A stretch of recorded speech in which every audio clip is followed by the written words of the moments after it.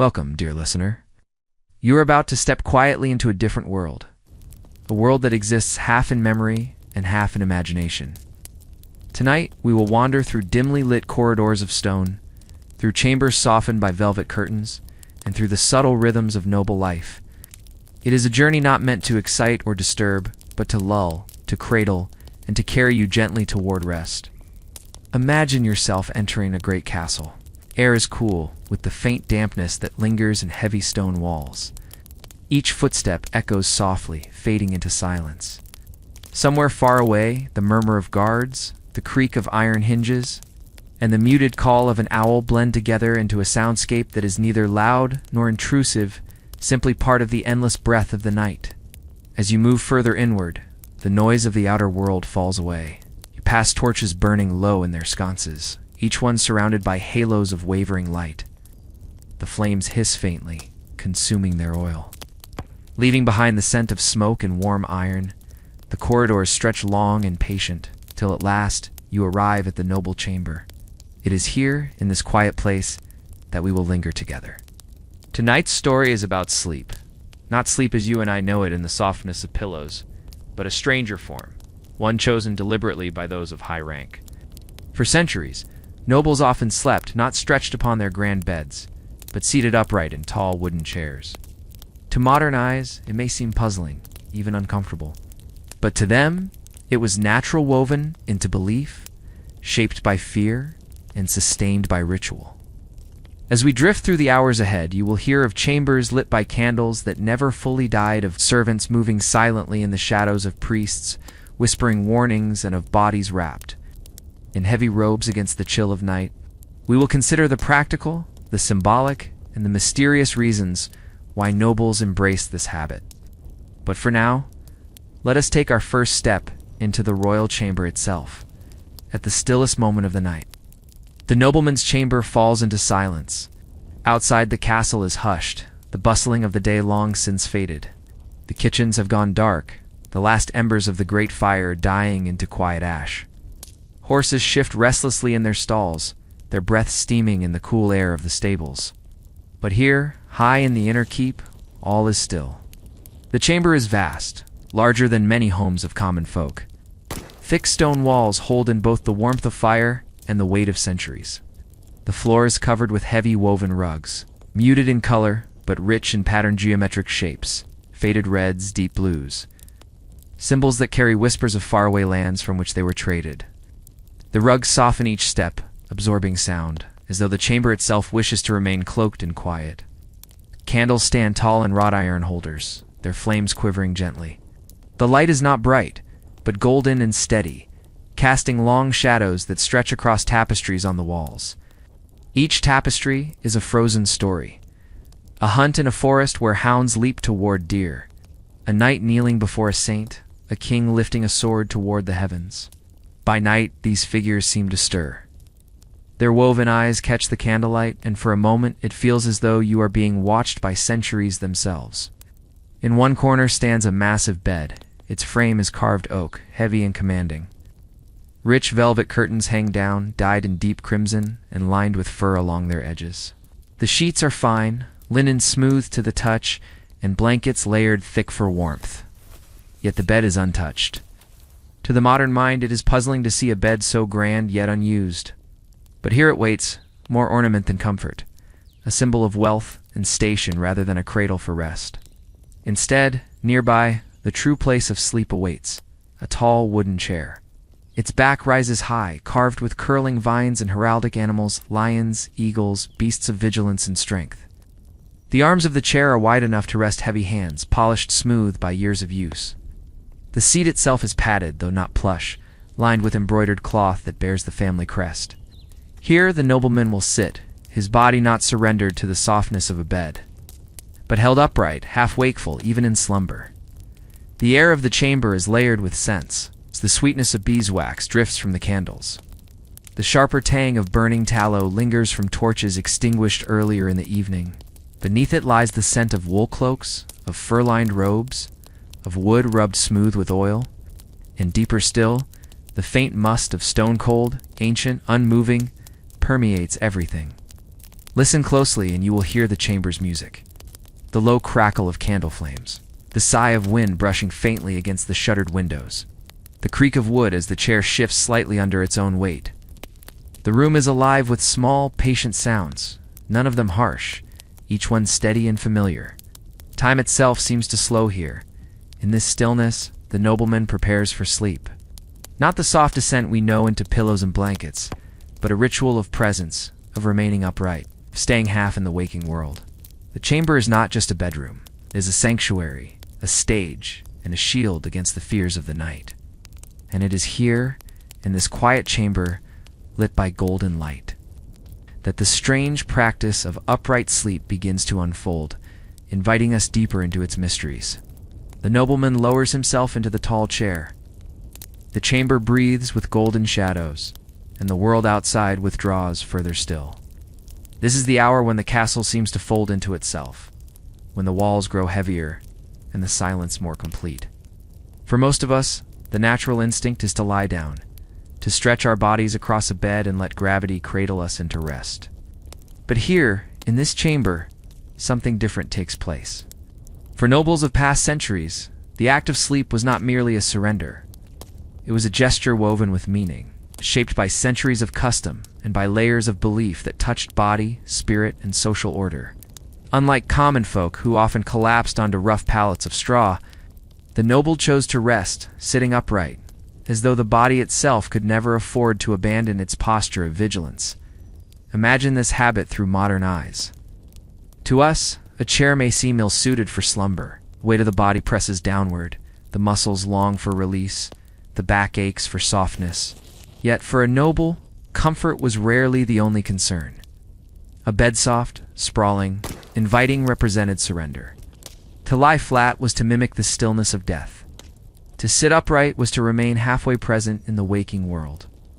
And so, as candlelight shimmered and tapestries swayed faintly with draughts of air, nobles closed their eyes in chairs carved with lions and eagles. The upright position was not an accident. It was a deliberate choice, born of fears both visible and invisible. Some feared the resemblance between lying flat and the repose of the grave, believing that the posture itself invited the company of spirits or the cold hand of death.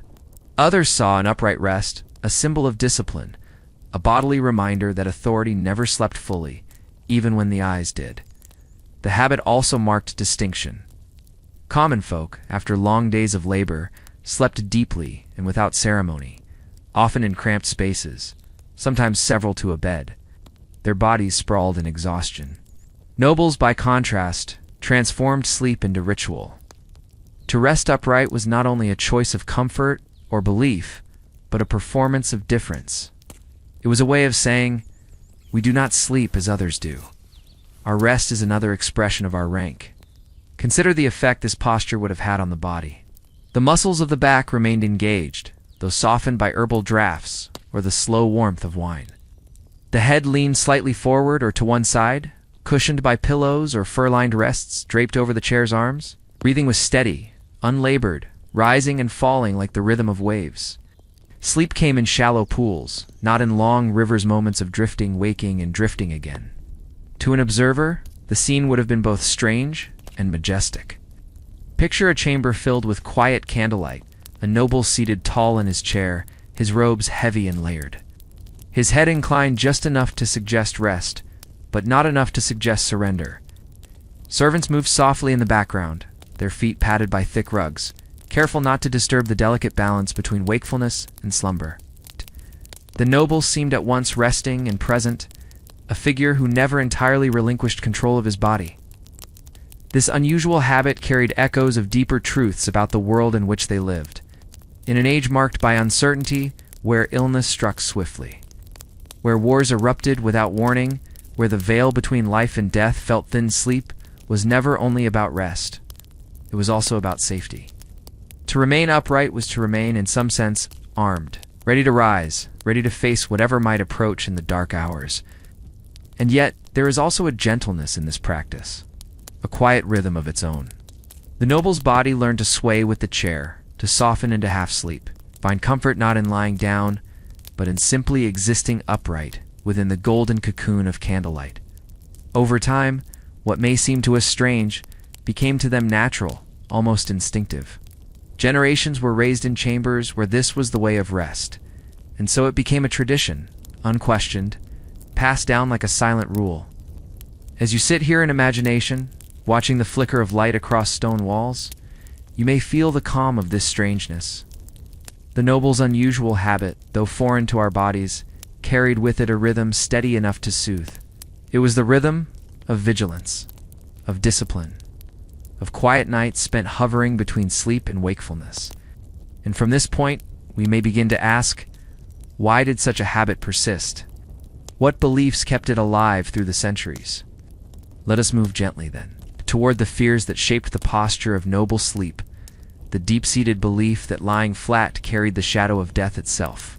The chair creaks softly as the noble settles deeper into its carved frame. The candles sway, their flames bending with each unseen breath of the night. Shadows gather in the corners of the chamber, stretching long across the woven figures of saints and warriors, as if the walls themselves remember stories older than the man who now sits waiting for sleep. For us, the act of lying down is instinctive. It signals safety, surrender, the body's quiet trust that no danger lurks nearby. But in the medieval mind, the stillness of a body stretched flat was not only rest, it was a mirror of death itself.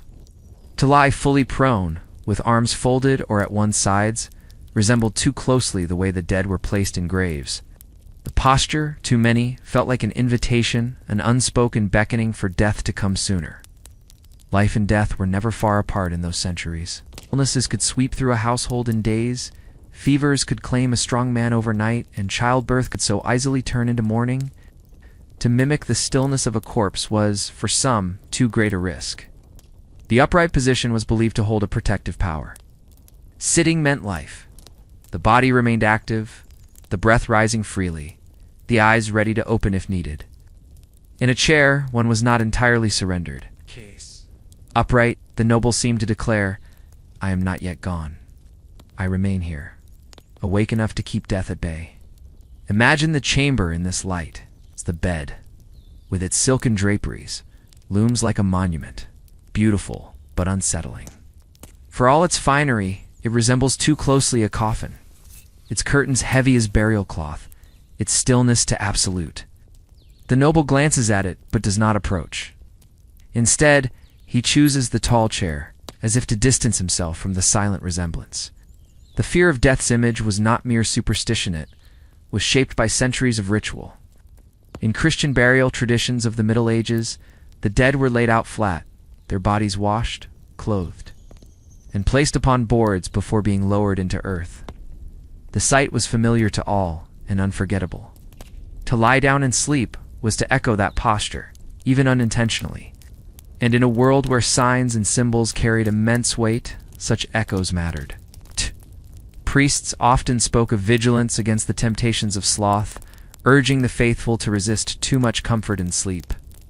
To sleep upright was to embody that vigilance, to remind the body that it was alive, disciplined, and watchful. Nobles especially carried this weight. Their role was not only to govern in daylight, but to embody strength at all hours. Even their rest became a performance of authority half awake, never fully surrendered, never resembling the stillness of death. There was also the matter of spirits. Folk belief wove tightly with faith, creating a tapestry of fears and protections. In many regions, it was whispered that spirits of the departed wandered at night, drawn to those who lay vulnerable. To rest upright was to signal to the unseen world, "I remain alive, beyond your grasp." The noble body, seated tall, became both fortress and declaration. Think of the effect this had on generations. A child, raised in such a chamber, watching a father or grandfather sleep upright, would come to accept the posture as natural. The association of lying down with danger, with death, with the unwanted presence of spirits, would linger unchallenged. By the time that child grew to adulthood, the habit was no longer strange. It was tradition, part fear, part discipline, and part inherited wisdom. Yet beyond the fear, there was also comfort in this posture. To sleep upright meant to remain close to wakefulness. Dreams came in short fragments, like ripples across water, never deep enough to lose oneself completely. The noble could wake, sip from a cup of water or wine placed within arm's reach, glance at the steady flames of the candles, and return to his half-dream. Each cycle reinforced the feeling of survival life held firmly. Death kept at bay. The chamber itself seemed designed to reflect this balance. Candles were left burning to ensure that darkness, the companion of death, never fully entered. Incense was sometimes lit, its smoke curling like gentle banners through the air, creating a barrier of fragrance against the unseen. Servants lingered softly at the edges, their presence itself a ward of protection. All of it combined into a subtle message. Here the noble rests, but does not surrender. Here the body sleeps, but does not mimic the grave. And so, as hours pass and the night deepens, the noble's unusual habit reveals its deeper root. It was not merely a choice of posture. It was a statement against mortality itself, an act of defiance, a way of saying, I am alive. I remain here. I will not resemble the dead. From this chamber of watchful sleep, let us move gently into the next question. What did this posture mean for power? For nobles, even rest carried the weight of symbolism. For authority itself was never meant to slumber. The noble sits in his chair, his body held upright not only by wood and carving, but by centuries of meaning that surround the act itself. To sleep sitting was more than habit, more than fear of the grave. It was, in its quiet way, a performance of power. In the world of the Middle Ages and Renaissance, authority was never allowed to rest completely. Kings, lords, and ladies lived in constant awareness that eyes were upon them, eyes of servants, of rivals, of allies, and of subjects. Every gesture, every posture, every choice was loaded with significance. Even sleep, the most private of human states, became another stage on which authority was displayed. Imagine the sight of a noble seated in a tall, carved chair. The chair itself is no ordinary seat, but a work of art. Its wood polished to a dark sheen, its back rising high like a miniature throne, its arms wide and commanding. Symbols are etched into its surface, lions baring their teeth, eagles spreading their wings, vines curling in endless patterns. Each carving whispers of vigilance, of eternal watchfulness. When the noble sits to rest, wrapped in heavy robes lined with fur, the chair transforms. It becomes not merely furniture, but a throne of the night. The noble may drift into slumber, but to any who enter the chamber, the servant adjusting a candle, the guard stationed by the door, what they see is a figure of authority preserved. Upright, present, commanding, even in rest. To lie down in a bed was to appear vulnerable, reduced to the same position as common folk, or worse, to the stillness of death. But to remain upright was to say, I am never truly powerless. Even in dreams, I remain sovereign. The symbolism of this posture extended beyond the chamber. In the culture of nobles, power was never meant to be entirely absent. A ruler's authority was thought to flow from a near-constant vigilance. Chronicles speak often of kings who were always alert, generals who never fully rested, saints who kept vigil through the night. To sleep upright was to align oneself with this ideal. The body half awake, the spirit ever watchful. Think for a moment about the servants who observed this. A chamberlain, entering quietly with a jug of warmed wine, would bow, careful not to meet the noble's eyes, even if they were closed. The noble's posture told him something important. His lord was resting, but not absent. Authority lingered in the room, embodied in the very way the master sat. Guards stationed nearby took comfort, or perhaps unease, in the sight. Their lord was close to waking, never lost in helpless slumber, always capable of rising should danger appear. This symbolism also reached into ritual. Priests reminded nobles of their duty to remain vigilant, not only in governance, but in spirit. To drift too deeply into sleep was to risk the sin of sloth, the weakening of the soul. But upright rest could be framed as discipline. It was a way of saying, even in rest, I remain prepared. My body is never entirely surrendered, my soul never fully idle. We must also remember how fragile power could be. A noble household was often filled with whispers, rivalries, hidden tensions. To sleep too deeply was to allow vulnerability. To remain upright, visible in a chair, was to make vulnerability less complete. It was a gesture of self-protection, but also of dominance. No one would ever see the master of the house sprawled helplessly, lost to the world. Instead, they would see him seated, composed, even in dreams. The chair itself reinforced this symbolism. Unlike a bed, which could be entered by anyone who shared it, the chair was solitary, was a seat of one, carved for a single body, affirming hierarchy even in the private sphere of sleep. When the noble rested there, his body became fused with its symbolism.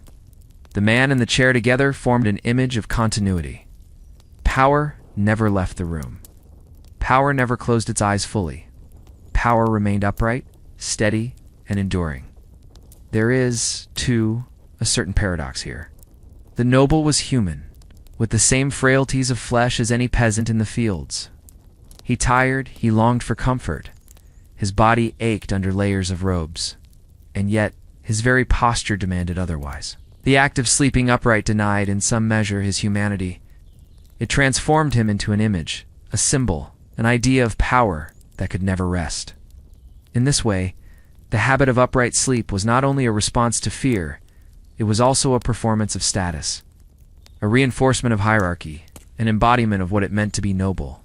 Picture the moment once more. The chamber hushed, candles casting halos of gold, the bed looming unused. The noble breathed slowly, his head inclining slightly, but his body never surrendering to the softness of a mattress. In that stillness, he is both man and symbol, both sleeper and sovereign. To the world beyond his chamber, he remains what he must always be, a figure who does not yield, who does not lie as others lie, who carries the burden of authority even in slumber. And so we see how upright sleep became more than habit, more than fear. It was woven into the fabric of noble identity, a quiet but constant declaration of power. From here, let us move softly into the next layer of this practice. The noble never sat alone in his vigil. Round him, through the long hours of the night, guards and attendants kept their own watch. Their footsteps, their whispers, their presence ensured that the noble's upright rest was never unprotected. The noble rests in his tall chair, head inclined slightly, breath moving in quiet rhythm.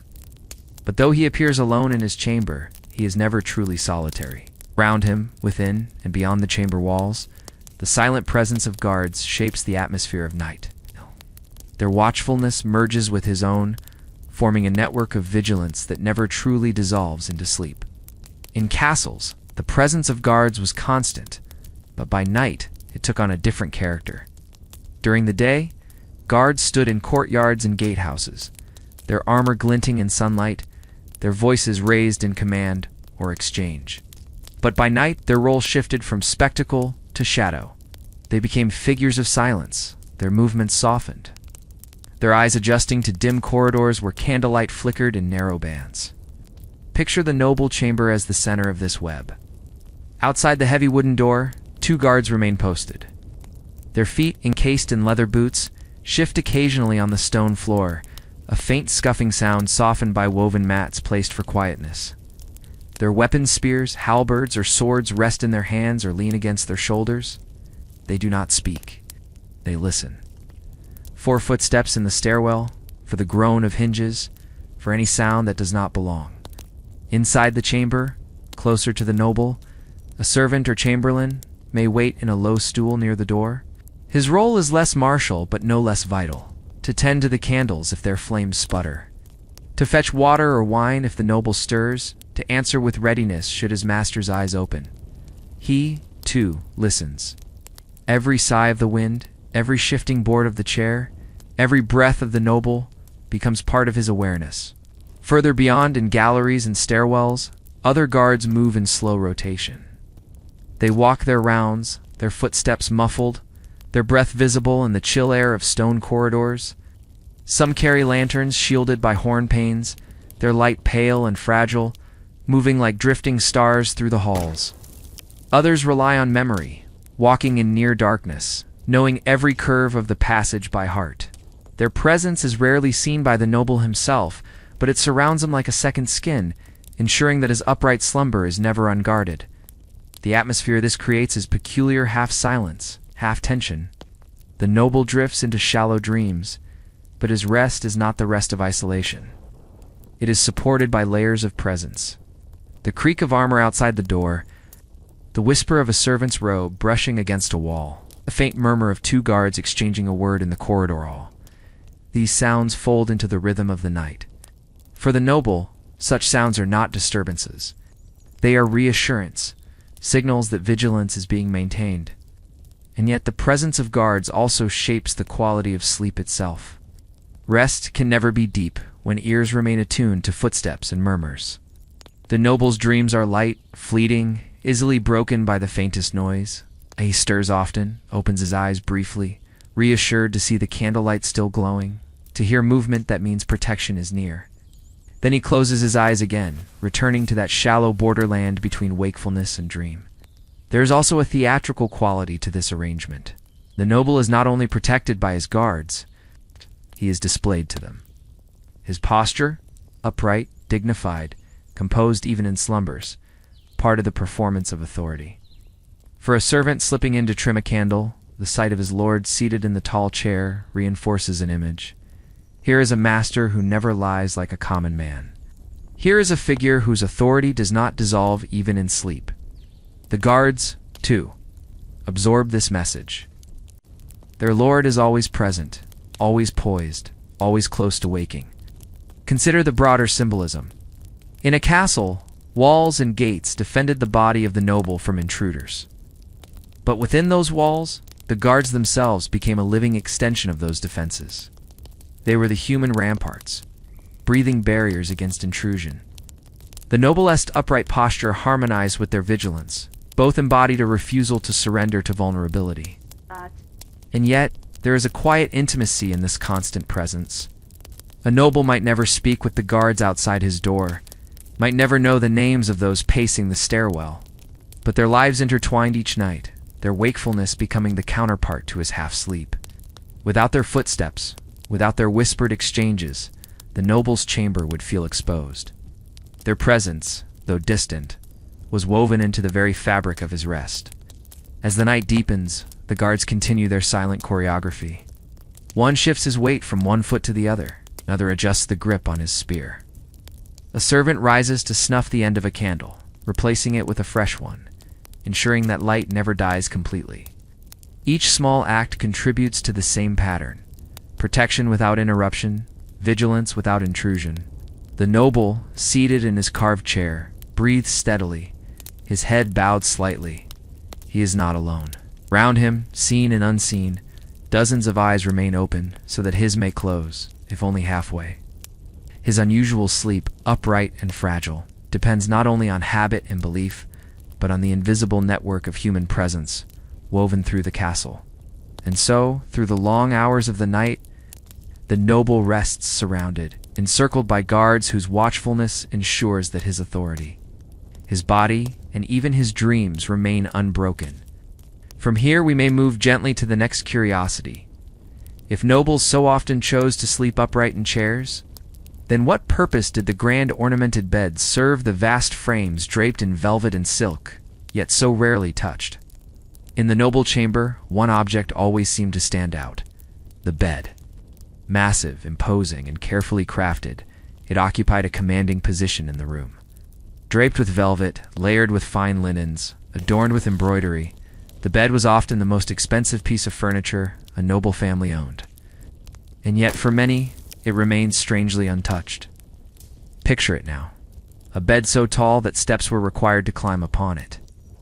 Posts rising like pillars, each one carved with patterns of vines, flowers, or heraldic symbols. Heavy curtains of brocade or silk hung from a canopy above, capable of enclosing the sleeper in darkness or warmth. On its surface lay layers of feather mattresses, soft and yielding, covered by sheets smoother than anything most people of the age would ever feel. Furs lay folded at the edges, ready to provide comfort against the winter chill. The bed in its grandeur spoke of wealth and status. Visitors who entered the chamber could not help but notice it. It was meant to impress, to announce the resources and refinement of its owner. To possess such a bed was to demonstrate connection to the wider trade networks that supplied fine fabrics, dyes, and skilled craftsmanship.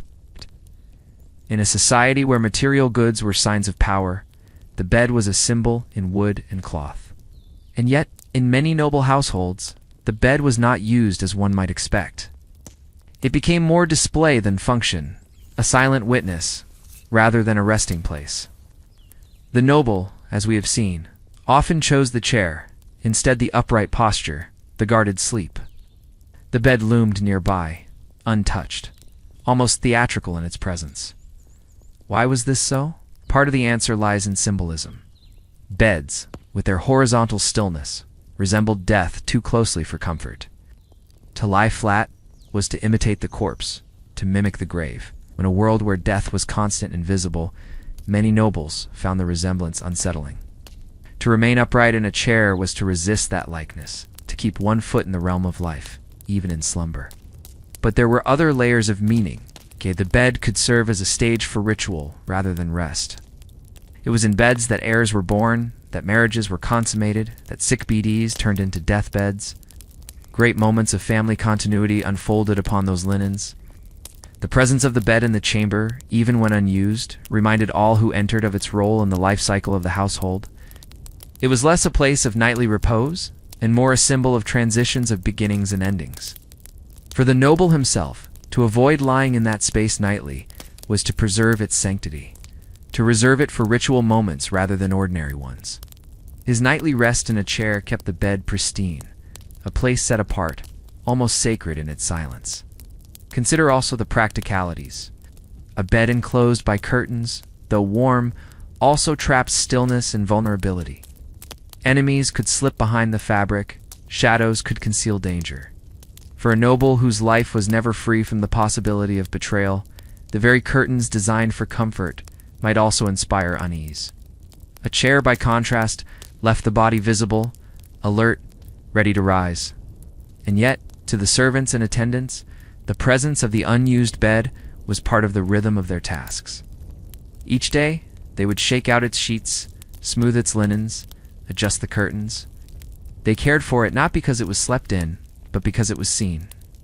A well-kept bed reflected well upon the household. Dust upon the canopy or wrinkles in the sheets would have been an embarrassment, a sign of neglect. Thus, the bed was tended like a relic, polished and prepared, awaiting an event that might not come for months or years. Think of the chamber as a stage with two props, the tall, carved chair and the monumental bed.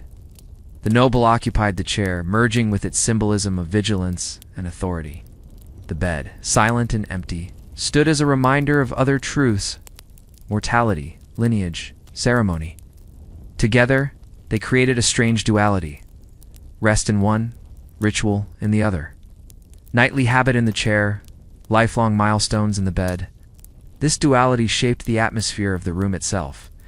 Visitors who entered might glance from the noble seated upright to the looming bed and sense the weight of both. They would see, in one chamber, the constant presence of power and the silent promise of continuity. For the noble's children growing up in such a space, the bed may have seemed almost mysterious, rarely used. Always present, wrapped in layers of meaning they could not fully grasp. Imagine the scene deep at night. The noble, seated with head bowed, robes gathered around him. The guards posted beyond the door, the candles flickering low. And there against the wall the grand bed stands unused. Its curtains stir faintly with the draught.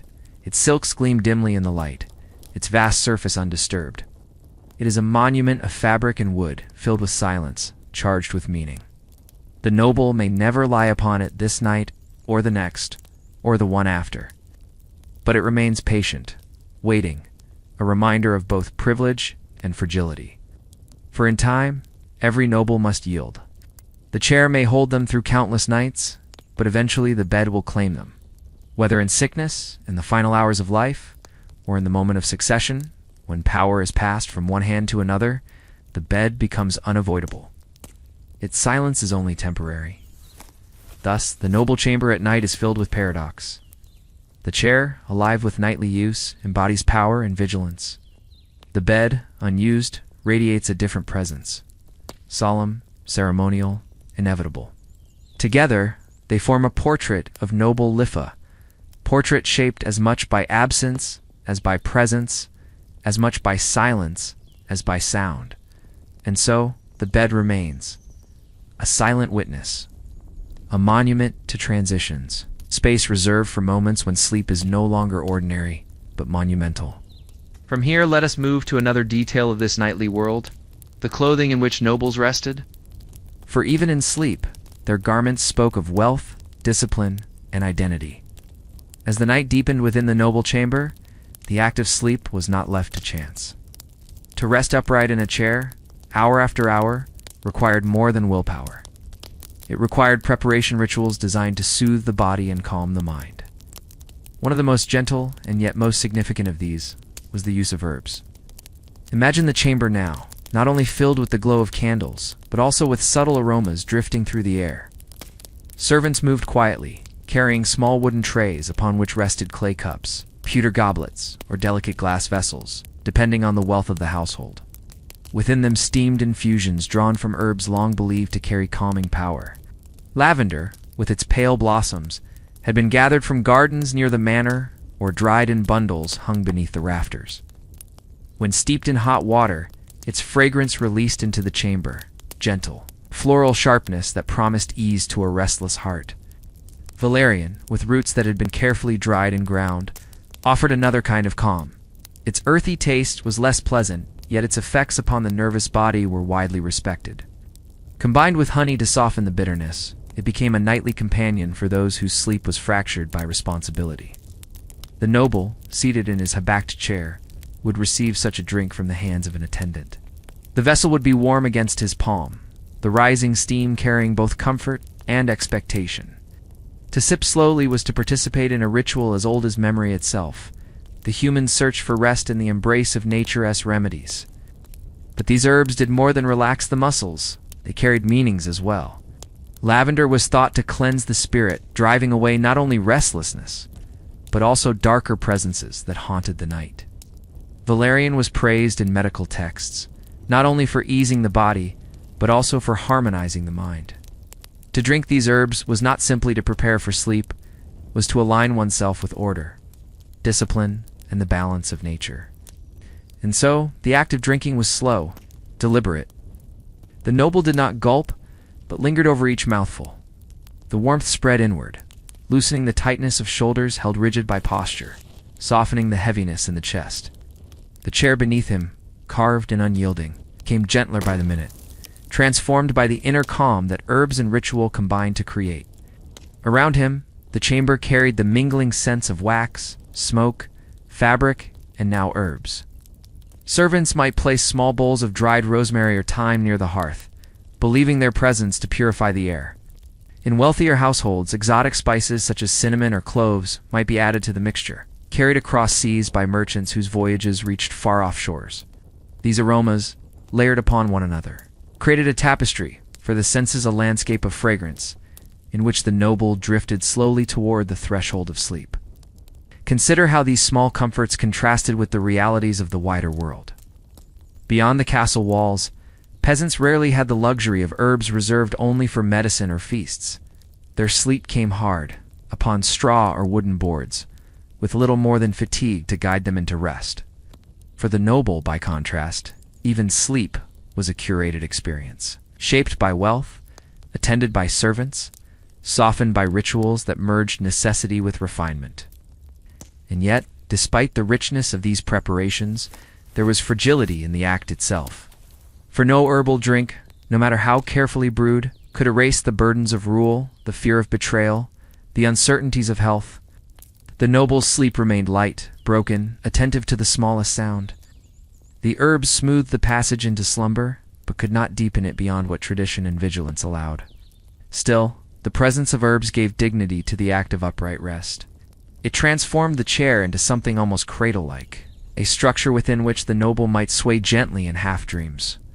The taste upon his tongue, the fragrance in his chamber, the warmth in his veins, all these elements merged to create an atmosphere where sleep could unfold without entirely seizing him.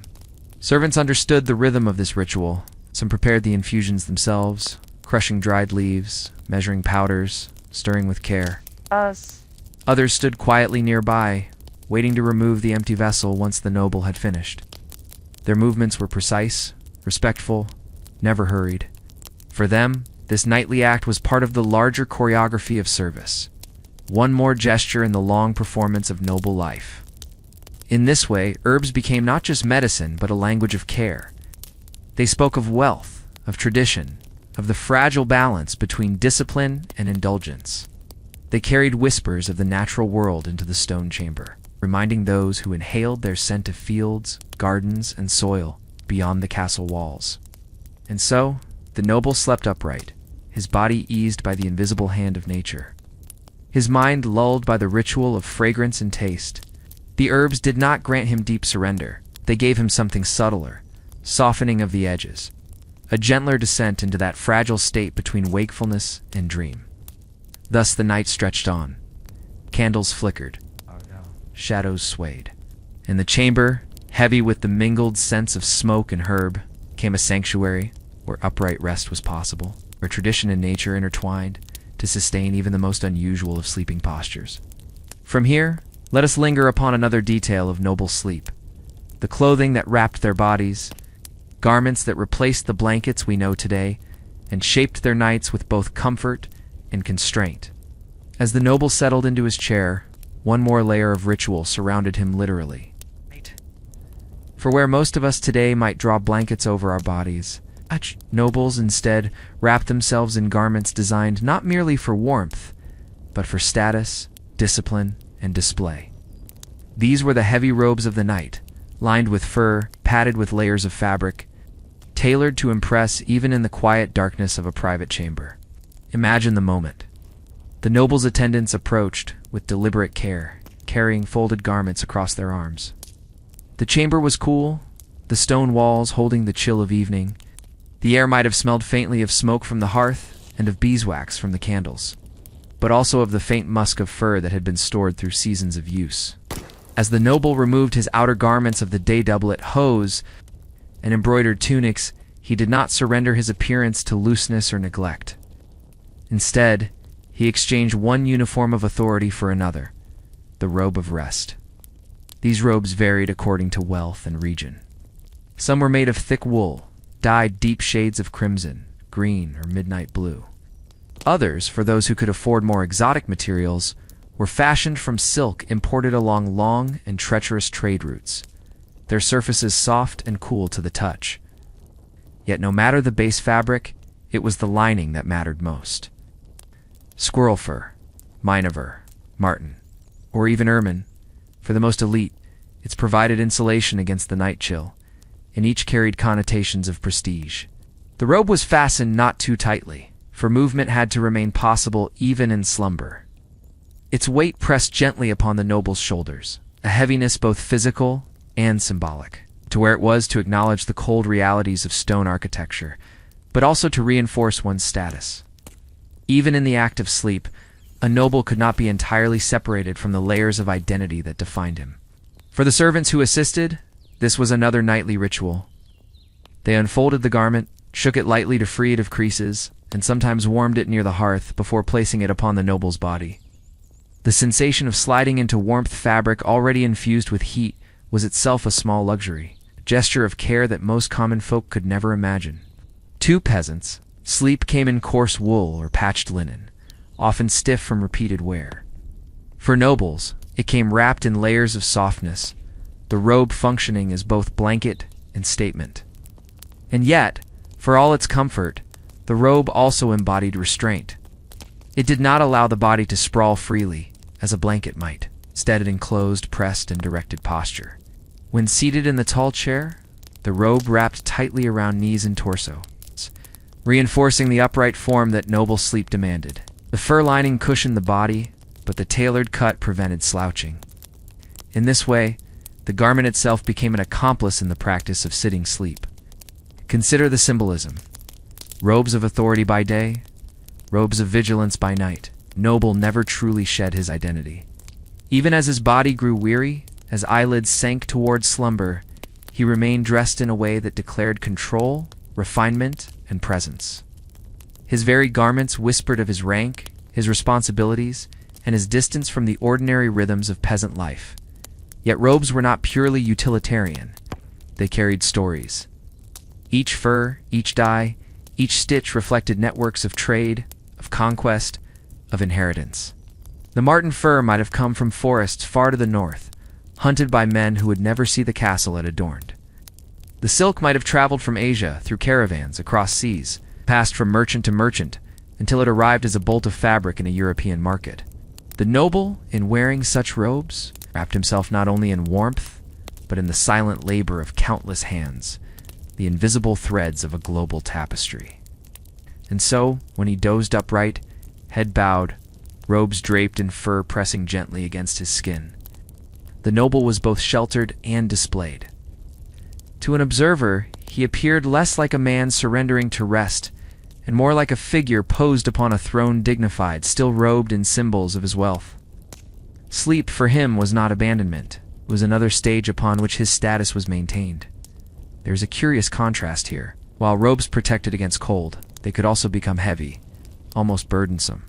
To shift one's weight beneath their layers required effort. The warmth they provided could tip into heat, especially in summer months when the air grew thick and close. In those moments, sleep became a negotiation between comfort and constraint, between the desire for ease and the demand for display. Servants, too, bore witness to this balance. Some would quietly adjust the robe if it slipped, smoothing the folds so that the noble remained dignified even in half-consciousness. Others would fetch lighter garments when summer grew oppressive, or thicker ones in the biting cold of winter. Their attentiveness ensured that the noble's sleep fragile, upright, disciplined, remained unbroken by discomfort. Think of how strange this might seem to us today. We seek softness in blankets, looseness in sleepwear, a sense of release when we close our eyes. For the noble, even rest was shaped by clothing that declared identity, bound the body, and held the posture of vigilance. Where we surrender, he remained contained. Where we seek comfort and freedom, he found comfort in enclosure. In this way, the robe was more than garment. It was part of the architecture of noble sleep, a fabric wall that sheltered and restrained. It told of wealth, of trade, of status. It shaped the noble's body, even as he drifted between waking and dream, preserved dignity, maintained posture, and announced, silently, that this was no ordinary sleep. And as the chamber lay quiet, as the candles burned steadily, as the noble breathed beneath the weight of fabric and fur, the robe became not merely clothing, but cocoon. It encased him, softened the cold, and reminded all who saw him even in slumber that nobility never entirely disrobed, never wholly let go. From here, we turn our gaze to another detail of these long nights. The candles that burned without end, flames whose light transformed the chamber, warded off darkness, and gave shape to the noble's restless vigil. In the noble's chamber, sleep unfolded, not in darkness, but in a soft, golden twilight. For unlike the common folk, who surrendered to the night in near total obscurity, nobles rarely allowed their rooms to fall completely into shadow. Candles arranged carefully and tended with patience burned steadily through the long hours. Their flames were guardians as much as sources of light, symbols as much as utilities. Imagine the scene. Along the carved table near the bed, thick candles of beeswax glowed with a gentle warmth. On the mantel above the hearth, smaller tapers cast their delicate shine. Beside the noble's chair, a single candle burned more brightly, its flame reflected in the polished surface of a goblet. The chamber was not brilliant with light. It was not daylight, but rather bathed in an even, golden hush, a kind of perpetual dusk that softened corners, blurred edges, and filled the space with quiet reassurance. Beeswax candles were costly. Their scent, faintly sweet, hung in the air like a reminder of fields and flowers far beyond the stone walls. To burn them through the night was a gesture of wealth, for peasants relied instead on smoky rushlights or dim oil lamps that guttered and faded quickly. The noble, wrapped in his heavy robe, inhaled this sweetness with every breath, the perfume of luxury woven seamlessly into the ritual of upright rest. But there was more to the candle than its fragrance. Its flame carried meaning. Darkness, in the medieval imagination, was never merely the absence of light. It was a space of uncertainty, of unseen forces, of danger both physical and spiritual. To leave a chamber unlit was to invite vulnerability. Shadows could conceal intruders, yes, but more than that, They were thought to harbor spirits, demons, or wandering souls. Candles, in contrast, represented protection. The steady flame pushed back against the unknown, guarding the sleeper's body and soul alike. Servants understood this deeply. Their duties included more than pouring wine or arranging robes. They moved softly in the night, replacing candles as they melted low, trimming wicks so the flame would not sputter, transferring light from one taper to another. This ritual maintenance was almost invisible, but essential. Without it, The chamber would descend into darkness, and with darkness came unease.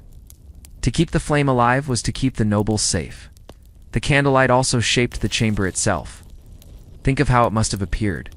The shadows of carved lions and vines on the chair's backrest stretching across the wall.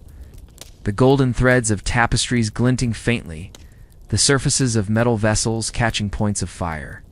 Even the unused bed seemed transformed by this glow, its silks shimmering, its curtains appearing to ripple with imagined movement. In candlelight, every object seemed alive, yet softened as if the world itself breathed slower, quieter, in rhythm with the nobles' half-sleep. Candles were also a measure of time. Each inch that burned marked the slow passage of night. For those awake servants, guards, attendants, the dwindling of wax was a silent clock, its progress steady, inevitable. Some nobles even commissioned special candle clocks, marked with lines that melted away at predictable hours. In this way, the flame was not only comfort, but also calendar, its life intertwined with the cycles of human rest. There is a quiet poetry in this, that while the noble drifted in shallow dreams, the candle too lived and died beside him. Its flame danced, faltered, revived, then shrank, its wax pooling and hardening along brass holders. Both man and candle shared the fragility of endurance. Both were consumed by the hours of night. And yet the symbolism reached further still. Candles carried religious connotations, echoing the eternal flame of faith, the presence of the divine within the human world. For nobles, whose lives were steeped in ritual and belief, the burning of a candle was more than illumination, was prayer made visible. Each flicker was a whisper of continuity, of life persisting against the abyss. To wake in the middle of the night and see the flame still alive was to feel reassured that the order of the world remained intact. Consider, too, how different this must have been from the experience of the peasantry. In their cottages, darkness reigned after sundown. Only the faintest glow of embers in the hearth, or a single dim rushlight, pushed back against the overwhelming night. Rise in such darkness was to grope, to stumble, to exist in a void. For the noble, by contrast, the night never wholly descended. His chamber was a sanctuary of light, an island of warmth against the sea of shadow beyond castle walls. And so, while he sat upright in his chair, robes heavy upon his body, herbs still lingering in his breath, the noble did not surrender himself to silence alone. He surrendered to light. Each dream he entered was bathed in golden flicker. Each half-waking glance met the steady reassurance of flame. Even the moments of unease when the wind pressed hard against shutters, when distant sounds carried through the halls, were softened by this glow. For as long as the candle burned, safety seemed possible. The candle's presence was not eternal, of course. Wax ran low, flames guttered. But the noble had attendants, and attendants had duties. Before the flame could vanish, another was lit. Before the darkness could claim the chamber, light was reborn. This cycle continued through the hours until dawn's first pale light seeped through the narrow windows. In this way, the noble's chamber truly never knew darkness. So in the noble world, night was not black, but golden. It was not silent, but alive with the faint crackle of wicks, the hiss of melted wax, the whisper of servants tending flame. The candles that never died were as much a part of noble sleep as the chair, the robe, or the herbs. They framed his rest in warmth, in vigilance, in meaning. From here, let us turn to another dimension of this vigilant slumber: the fear of intruders. The reason why a noble never allowed himself the vulnerability of lying flat, and why every flicker of shadow carried both reassurance and unease. The night inside the noble's chamber was never silent, though at first it seemed so. The flames of candles whispered with their faint hiss, Servants shifted softly in the corners, and far away in the deeper reaches of the castle came the dull groan of wood and stone settling against the cold. But beneath these sounds there was always another layer, invisible yet heavy, the constant awareness of danger. For nobles of the Middle Ages, sleep was not only a surrender to weariness, it was also a risk. The walls of their castles were thick, their gates iron-bound, their towers high, but safety was never complete. Threats lurked beyond the stone. Rival lords plotted in darkness, ambitious kin whispered claims, thieves roamed the forests. Within the walls themselves, betrayal could take root. To lie flat in bed, fully surrendered to dreams, felt too much like an invitation to fate. Upright in the chair, the noble at least remained half aware, the body ready to stir at the slightest sound. Imagine the atmosphere of such a night. The hallways outside the chamber were patrolled by guards, boots striking stone with rhythm meant to reassure. Yet even guards were men, subject to bribery, to fatigue, to error. A lock could be broken, a guard distracted, a trusted servant turned against his master. The noble knew this, and so his rest was never careless. The candles, the robes, the chair, they were not only symbols of wealth or comfort, they were defenses. Consider how the chair itself served this vigilance. Positioned not far from the hearth, it granted the noble both warmth and view. From its height, he could see the door, the window, the shadows that stretched between. To recline on a bed was to give up that sight line, to sink beneath curtains and silks where vision failed. Upright, with head resting lightly against carved wood, he could hear footsteps, sense drafts, feel the tremor of movement. His body, though weary, remained attuned. The fear of intruders was not fantasy. Medieval chronicles are filled with tales of betrayal that came at night. Brothers murdered brothers in their sleep. Servants smuggled daggers past thresholds. Rivals scaled walls beneath cover of darkness. Castles, for all their grandeur, were never impregnable. For every high tower, there was a forgotten postern gate. For every guard, a shadow he could not see. The noble's posture, then, was less superstition than strategy. It was survival woven into habit. Picture the chamber in these terms. Candles glow, but shadows linger, deep in corners where light cannot reach. The bed looms silent, heavy, but unused. Near the door, an iron key rests within its lock, its metal cool and unyielding. Every object in the room is chosen not only for beauty but for reassurance. The noble's sword, perhaps ceremonial by day, lies within reach at night, its hilt catching stray glimmers of fire. Even in sleep, his hand might stray toward it, fingers brushing the cold steel, as if to remind the body that it is never defenseless. Servants, too, understood this delicate balance. Their footsteps were measured, their voices hushed. To make noise was to draw suspicion, to disturb the fragile trust of their lord. Each movement, adjusting a candle, shifting a cushion, pouring water, was performed with the solemnity of ritual, for the noble's fear was not entirely unreasonable. Servants were often the first conspirators in betrayal, the ones who knew which doors creaked, which locks were weak, which habits could be exploited. The act of tending to their lord while he dozed upright was itself a test of loyalty, repeated every night. Beyond the chamber, the castle itself carried its own language of vigilance. Dogs were kept in the courtyards, their ears keener than any guards. Torches burned along battlements, though wind and rain often tried to smother them. Bells were kept ready, ropes coiled, to sound alarm if danger pressed against the walls. And yet no system was flawless. History remembers countless nights when castles fell, not by siege engines, but by silence, by treachery, by shadows, by quiet hands in the dark. To sleep in such a world was never simple. It was to rest while remembering fragility. It was to drift into dreams while the mind remained tethered to the edge of waking. The noble's half-sleep was filled with echoes, the imagined footstep in the hall, the creak that might have been wood or steel. Dreams themselves reflected this unease. Medieval accounts often speak of nightmares, visions of falling, of suffocation, of unseen pursuers. The noble's upright posture, his candles, his sword at hand, these were ways of shaping both the waking and dreaming self into something guarded. And yet there was a paradox in this vigilance. The very act of fearing intrusion meant the noble rarely knew true rest. His body aged under the strain of interrupted sleep. His mind remained burdened by suspicion. Servants whispered of lords who grew gaunt and sharp-eyed, who trusted no one, who dozed lightly in their chairs until dawn and never fully relaxed.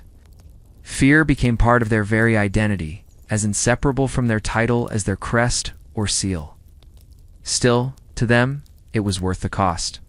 A noble who woke at the wrong moment and ready, unaware, might lose not only his life, but the security of his entire house. In such a world, sleeplessness was a form of power, declared. I am watchful. I am not taken unawares. Even in dreams, I remain master of this chamber. Picture, then, the hours passing. Midnight deepens into its quietest reach, when even the guards grow heavy-eyed, when the wind presses longest at the shutters, when silence thickens like a veil. The noble shifts slightly in his chair, his robe rustling, his fingers brushing the cool metal of his sword. Candle flickers low, replaced quickly by a servant who dares not let darkness creep in. Outside, the dogs stir, their growl carried faintly through stone. But within the chamber, the noble remains, not fully asleep, not fully awake, alive in the fragile space between. This posture, this vigilance, was more than habit. It was the noble's declaration to the world that even in slumber, he remained a sentinel of his own survival. And from this quiet fortress of body and mind, we may now turn to the broader meaning of such rituals. How noble sleep was not only personal, but political, a performance of power itself.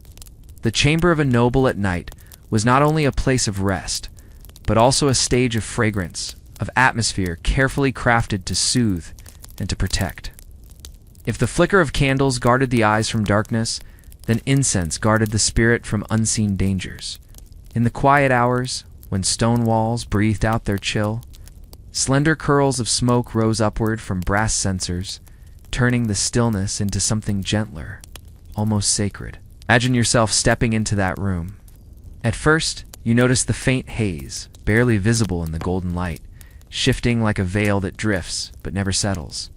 It carries with it scents both sweet and earthy sandalwood that clings to the air with warmth, myrrh that lingers with resinous depth, and perhaps frankincense, sharper, like a memory of distant churches. Each inhalation brings calm, yet behind that calm lies intent. For in the medieval mind, fragrance was never merely pleasant. It was a shield, a medicine, and a prayer. Incense was believed to drive away what the eye could not see. Where shadows might conceal spirits, smoke made them falter. Where foul air carried sickness, perfume was thought to cleanse.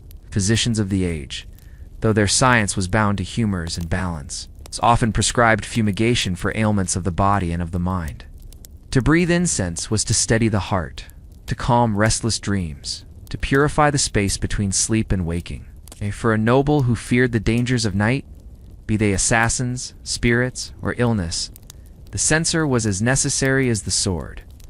Picture the ritual of lighting.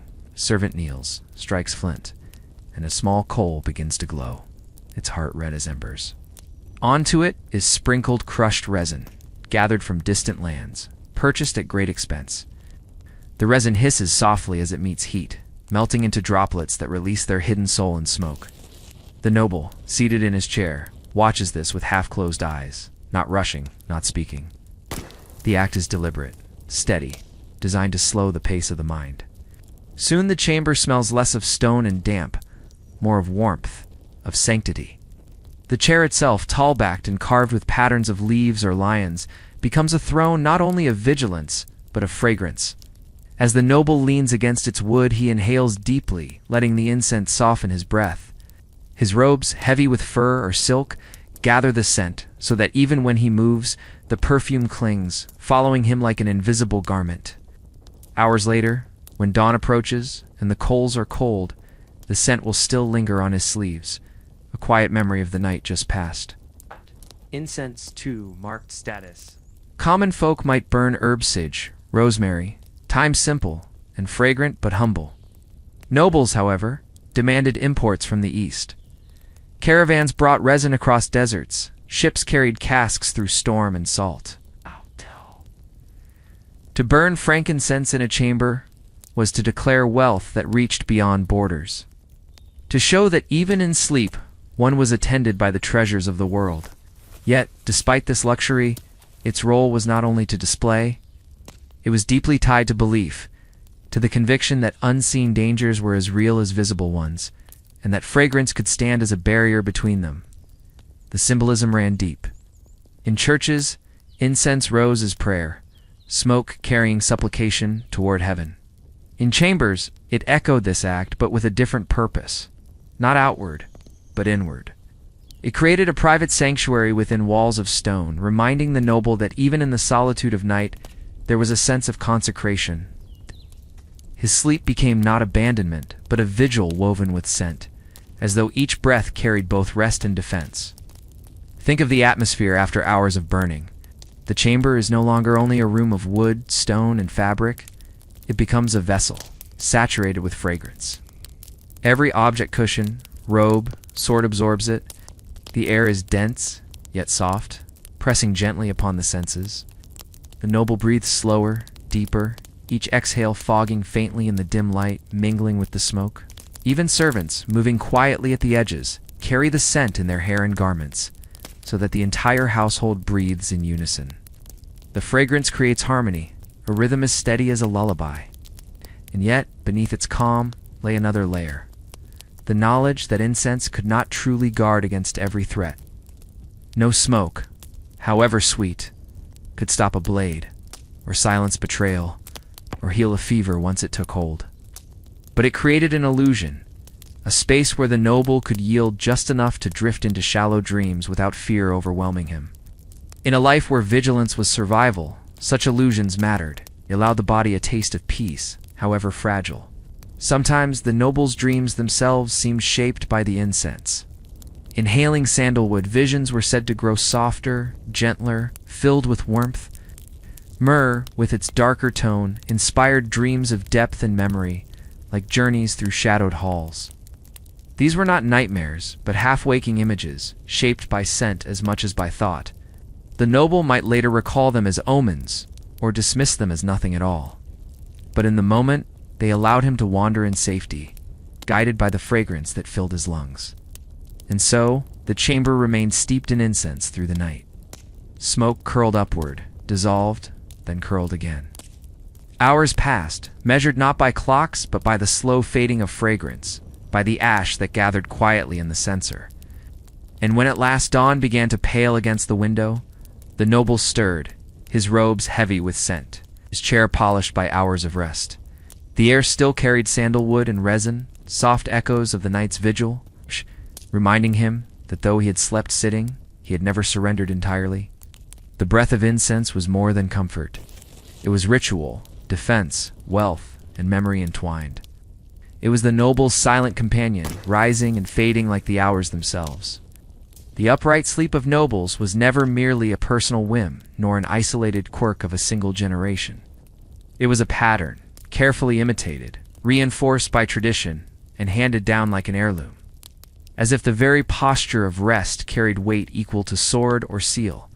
For a noble, how one slept was not only about comfort, it was about belonging to a lineage, continuing the rhythm of those who had come before.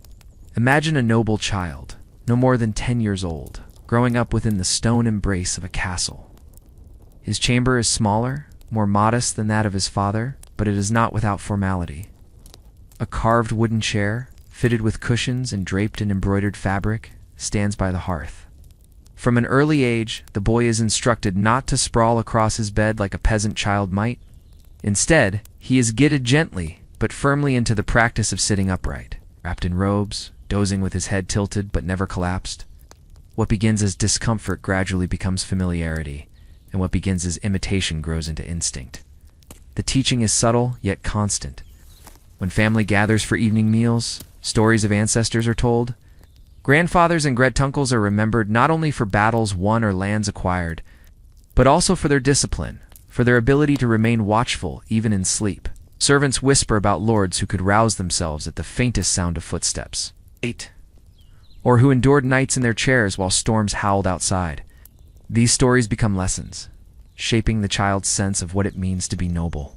To sleep upright is not framed as hardship, but as strength, as proof of one's inheritance. Over time, the habit itself takes on the air of ritual.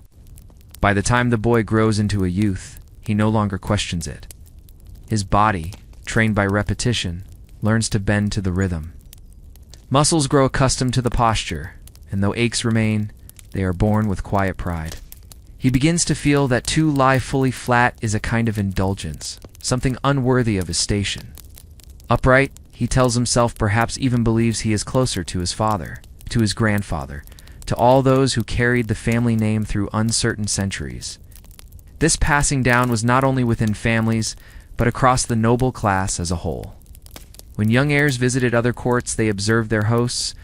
In candlelit chambers, they saw dukes and counts resting in tall chairs. Their robes pulled close, servants tending the fires and incense by their side.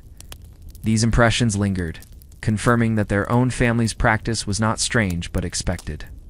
To sleep otherwise, stretched upon a bed as common folk did, would mark them as careless, perhaps even weak.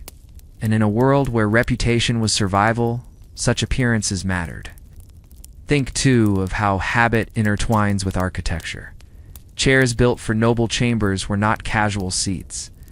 They were heavy, hub-backed, carved with symbols of lineage: lions for courage, eagles for vigilance, vines for continuity. Cushions were embroidered not only for comfort, but for display, their patterns recalling ancestral banners or heraldic colors. To rest in such a chair was to be reminded that one was never alone. The very furniture carried the weight of heritage. When a young noble sat in his chair to sleep, he did so surrounded not only by walls of stone, but by centuries of silent expectation. There was also the influence of religion. Priests and confessors, often close advisors to noble families, reinforced the idea that upright sleep symbolized discipline. To lie too flat, too deeply, was to give oneself over to sloth, to tempt the soul toward indulgence and sin. Upright posture was praised as a sign of moderation, of keeping the spirit alert even while the body rested. Children grew up with such teachings whispered beside their prayers, and over time, they internalized them as truth. Thus, personal practice hardened into doctrine, and doctrine shaped tradition. Consider, too, the rhythm of life across generations. A father might sleep upright because his father had done so, but he also believed it necessary for his son to continue. To abandon the practice would feel like a betrayal of memory, a softening of discipline, a crack in the chain of identity. And so even when circumstances shifted, when castles grew stronger, when political stability seemed firmer, the habit endured. Tradition once formed often outlives the reason that birthed it. In this way, the noble chamber at night became a place of inheritance as much as of rest. Smoke of incense, rustle of robes, flicker of candles, all these details repeated themselves across decades, mirrored from one generation to the next. A nobleman of the 13th century might have recognized in the chamber of his descendant, 2 centuries later, the same upright chair, same half-sleeping posture, the same faint trace of vigilance in the air. This passing down also shaped memory itself. When chroniclers wrote of lords and ladies, they sometimes mentioned their habits of sleep not with criticism, but as a sign of their nobility. Just as bravery in battle or generosity in feast was praised, so too was the discipline of resting upright, half awake, as though always prepared for the uncertainties of night. Thus, what began as a practical response to danger became codified in the stories that preserved reputation. The result was a quiet continuity. Night after night, year after year, century after century, nobles sat in their chairs, dozing lightly as smoke curled above them and guards paced outside their doors. Each one, though unique in thought and fate, belonged to a rhythm larger than himself. The habit of upright sleep was less about the individual and more about the lineage, the class, the collective memory of nobility itself. And so, as the noble of our story rests in his carved chair, robes pulled tight, incense lingering in the chamber, he is not only himself, he is also his father, his grandfather, and all those who sat before. He is part of a tradition passed quietly through time, binding past and present with the thread of habit. And in this way, his sleep fragile, half-conscious, upright, becomes another page in the long story of noble life. In the quiet world of the Middle Ages, where faith touched every part of life, the chamber of a noble at night was never entirely his own. Even when the door was shut, the fire burning low, and only incense thickened the air, the presence of the church remained. Its words, its teachings, its whispers followed him into the deepest hours, shaping not only how he ruled but how he rested. The priests who guided noble households did not speak loudly about sleep, yet their influence was steady, persistent. In sermons, in confession, in the quiet counsel offered after a meal or before a journey, they reminded lords and ladies that even the simplest acts carried moral weight. Eating, speaking, praying, and, yes, even sleeping were not free of consequence. How one chose to rest could reflect the state of the soul. Imagine the chamber once more. The noble sits in his chair, the glow of candlelight warming the carved patterns of wood. He is weary, his robe heavy, his breath slowed by incense. Yet before he allows his head to sink against the chair's back, he murmurs a prayer taught to him by his confessor. Keep me, Lord, from the sin of sloth.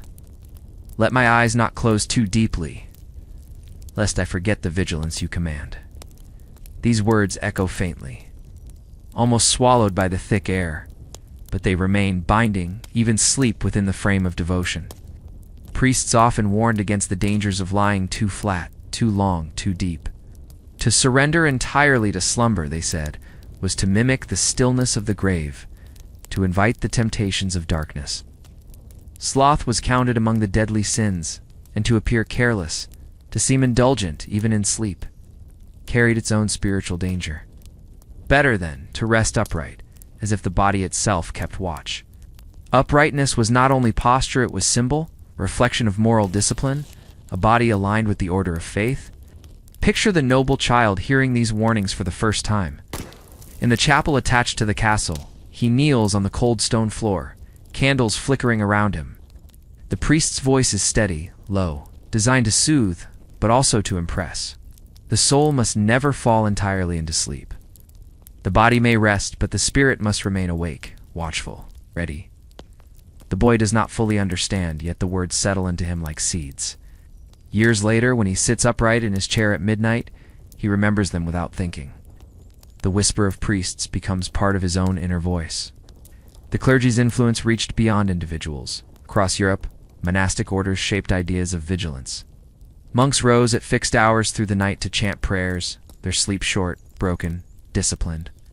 Nobles admired this rhythm, even if they could not fully imitate it. They borrowed its essence, adopting postures and rituals that echoed the vigilance of monasteries.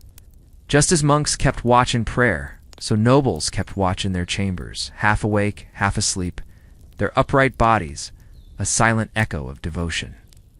In time, this habit blurred the line between practical caution and spiritual duty.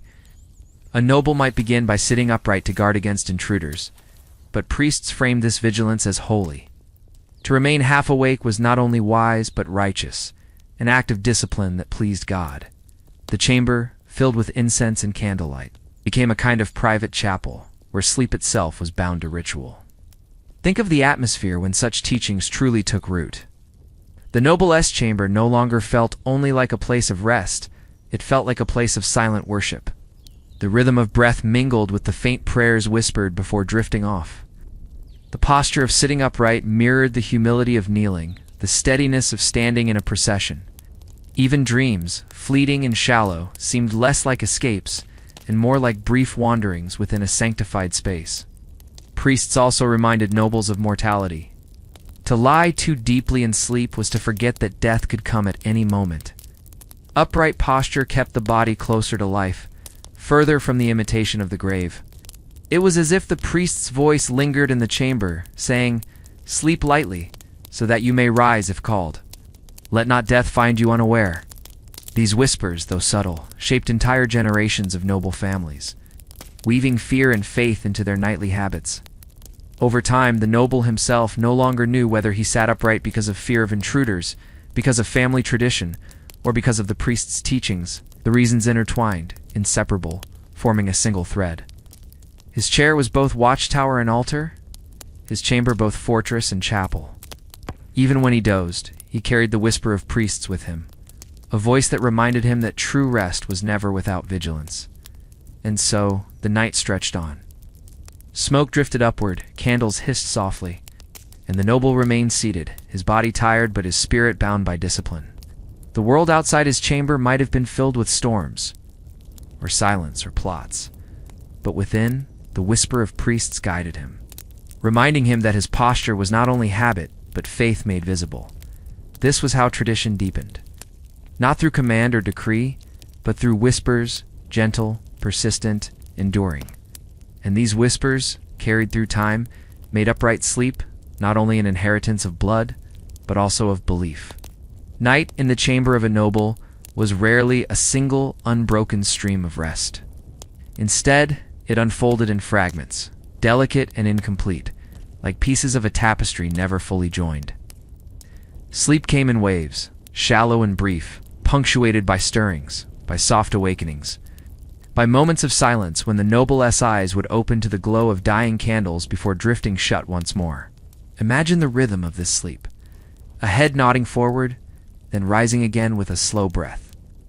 A dream half-formed, interrupted by the creak of the chair or the faint scrape of wind against the shutters. A prayer murmured unconsciously as though whispered between waking and dreaming.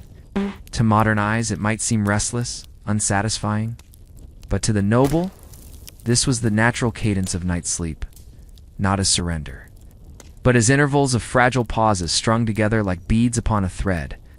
The chamber itself encouraged this broken rhythm. The upright posture in the chair prevented the body from sinking too deeply into slumber. The heavy robes and furs warmed the skin, but pressed against the chest, keeping breath shallow, light. The air was thick with incense and candle smoke, scents that calmed the mind but never allowed the body to forget its surroundings. Even silence itself was not empty within. It lived the faint crack of cooling wood in the hearth, the distant bark of a dog in the courtyard, the muffled echo of a guard's footsteps far below. Each sound tugged lightly at the noble's awareness, reminding him he was never far from waking. In these short intervals of sleep, dreams came quickly, then dissolved.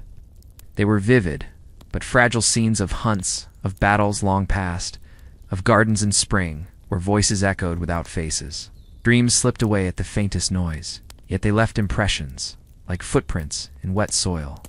Sometimes a noble would wake with a dream still clinging to him, unsure if it was vision, warning, or simply the wandering of a tired mind. And because faith hovered over every thought, such dreams were often given weight, interpreted as omens, signs, or quiet messages from God. Picture a nobleman stirring after just an hour of shallow sleep. His eyes open to the faint glow of embers, his breath steady, his body half numb from the rigid chair. For a moment, he cannot tell whether he is in dream or waking. The voice of a priest seems to linger, though none are present. A shadow across the tapestry seems to move, though it is only the shifting flame. He whispers a prayer, then lets his eyes close again, sinking back into another hour of light sleep.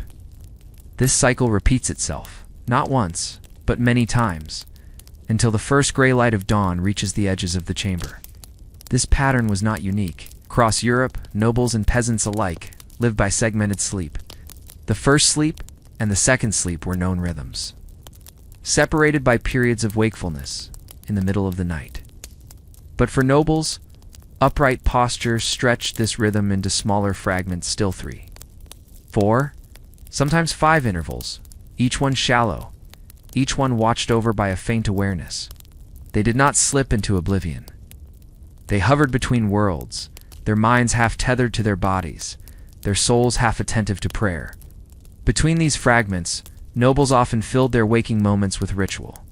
Some recited memorized psalms, letting the words rise and fall like waves in the dark. Others sipped from cups of watered wine or warm broth left by servants at the edge of the chamber.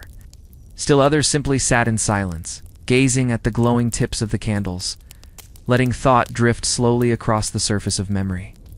These acts were small, but they gave shape to the night, turning rest into something more structured, almost liturgical.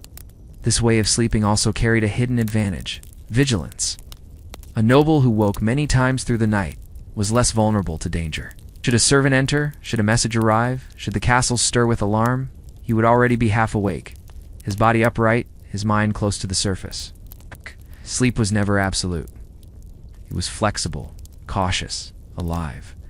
But beneath caution lay something more human: fragility. Broken sleep was not only discipline, it was also the echo of unease. The quiet acknowledgement that even in their wealth and stone fortresses, nobles were not free from fear. Fear of death, fear of betrayal, fear of illness that could strike silently in the night. Upright sleep, shallow and fractured, reflected this constant undercurrent of vulnerability. And yet, in its own way, it became tradition, even comfort. To wake often was to mirror the rhythms of monks who rose for prayer, to embody the idea that life itself is not meant to be lived in long stretches of unawareness, but in moments of watchfulness strung together like lanterns in the dark. The noble chamber, half sanctuary and half fortress, embodied this rhythm. Each brief sleep was like a candle, short-lived, flickering, but luminous in the darkness. By the time dawn arrived, the noble had not slept deeply, but he had rested in fragments, each fragment laced with memory, prayer, and awareness. His body was tired, yet his posture remained dignified, upright, almost ceremonial, and when he rose from his chair, stiff and slow, it was not with the satisfaction of long slumber, but with the solemnity of one who had endured the night with discipline.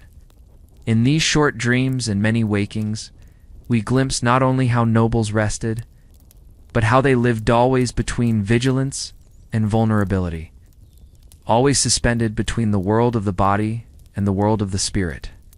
Their sleep was not escape, but a reflection of their lives, fragile, fractured, yet deeply shaped by belief. The chair in which a noble slept was never just a piece of furniture. It was a crafted object, shaped by artisans who poured weeks of labor into wood and fabric, turning a functional seat into something closer to a throne. Every curve of its armrests, every carving along its frame, every thread of embroidery upon its cushions carried meaning. The chair was not only where the noble sat, it was where he displayed himself, where he rested, and where he reminded all who entered that authority never left him, not even in sleep. Imagine such a chair in the candlelight, tall, with a high back that rose like a shield. The arms were broad, carved with symbols of power: lions, eagles, or coats of arms. Sometimes the crest of a family was set into the wood, gilded or painted so that even in low light it caught the eye. Cushions of velvet or silk softened the seat, but rarely enough to make it truly comfortable. Comfort was not the purpose. The chair's stiffness was deliberate, reminding the body that this was not a place of surrender, but of dignity. To sit upright in such a chair was to remain half present, half watchful, unlike the peasant who collapsed upon straw, or even the merchant who stretched out upon a simple bed. The noble's resting place kept him above, elevated, never reduced to the vulnerability of lying flat. This elevation was symbolic. Rulers did not sink, they did not sprawl. Even their posture reflected hierarchy. By choosing to sleep in a chair, they made their own bodies a visible emblem of vigilance. There was also ritual in how the chair was used.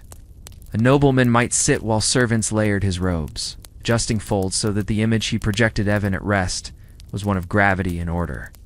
A bishop or priest might enter the chamber at dawn and find the nobles still seated, robes draped like royal garments, posture stiffened by long practice. To see him there, upright, was to be reminded that this was not a man who abandoned his station in the dark hours of the night. It was as if authority never truly departed him, not even in the solitude of his chamber. The chair also spoke to tradition. Thrones themselves were, after all, chairs. From the gilded seat of kings to the wooden benches of lords in council, the act of sitting upright in a chair was deeply tied to rulership. To recline was to indulge. To sit was to govern. Thus, the noble's sleeping chair blurred the line between day and night, between ruling and resting. His slumber became a continuation of his authority, while his body drifted in shallow dreams. The posture of his seat reminded all, himself included, that power must remain ever present. Picture again the chamber late at night. Candles flicker, shadows move across the carved arms of the chair, lions seeming almost alive in the glow. The noble leans his head slightly, yet his body remains straight, his figure unmistakably upright. Even in stillness, the chair frames him as a figure of dominance. It transforms the act of sleep into something resembling a vigil, a long watch that never entirely ends. This symbolism extended beyond the individual. When guests or envoys visited, they often saw these great chairs lined along walls, placed in corners of chambers, and set at the heart of great halls. They knew what such seats meant. They were not places for mere comfort, but for presence. For nobles, the chair was an extension of themselves. To see a noble seated upright was to see continuity of rule. To see him recline would be to see weakness, vulnerability, even mortality. It is telling that in medieval and early modern imagery, the most important figures, kings, bishops, emperors, are almost always shown seated upright, never lying down. The chair represented stability, order, and vigilance. Even when that chair became the place of shallow rest, it carried the same symbolic weight. A noble could drift into dreams, yet still appear as though keeping watch, as though ruling through the night. There was, too, a spiritual undercurrent. Upright posture, encouraged by priests and physicians alike, was associated with discipline. To sleep seated was to avoid indulgence, to avoid the vulnerability of full surrender. The chair, therefore, was not just wood and cloth, it was a tool of moral shaping, a silent instructor pressing its occupant into an image of restraint.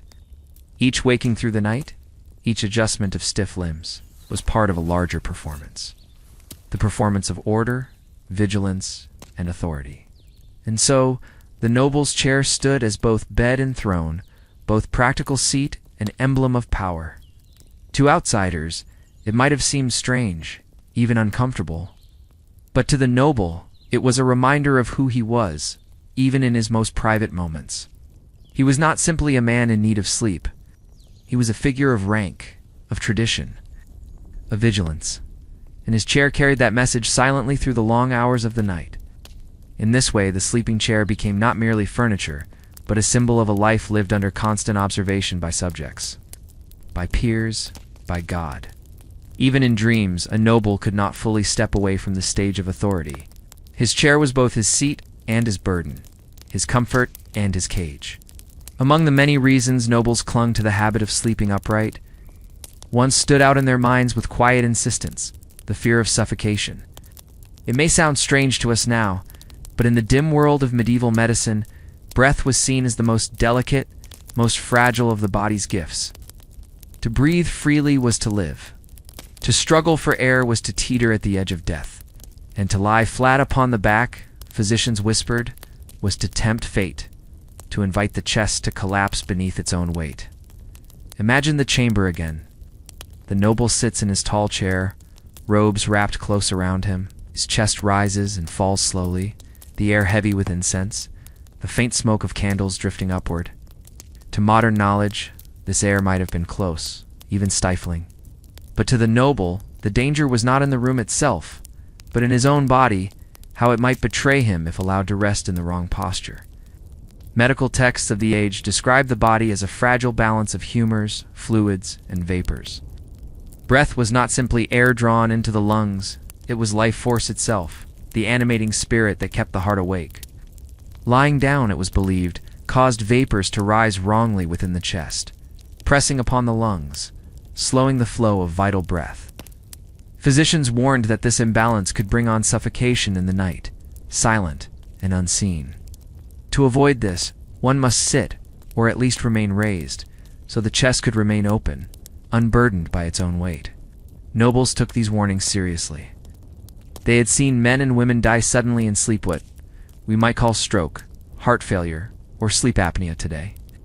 Without modern knowledge, such deaths appeared mysterious, almost supernatural. A man perfectly well at supper, dead by morning, lady who laughed at the hearth, gone before dawn. And so the explanation grew.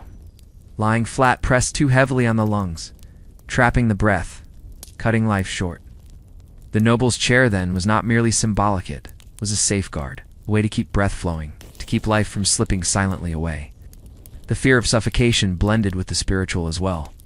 Breath was often linked to the soul. In the scriptures, life itself was described as the breath of God within man.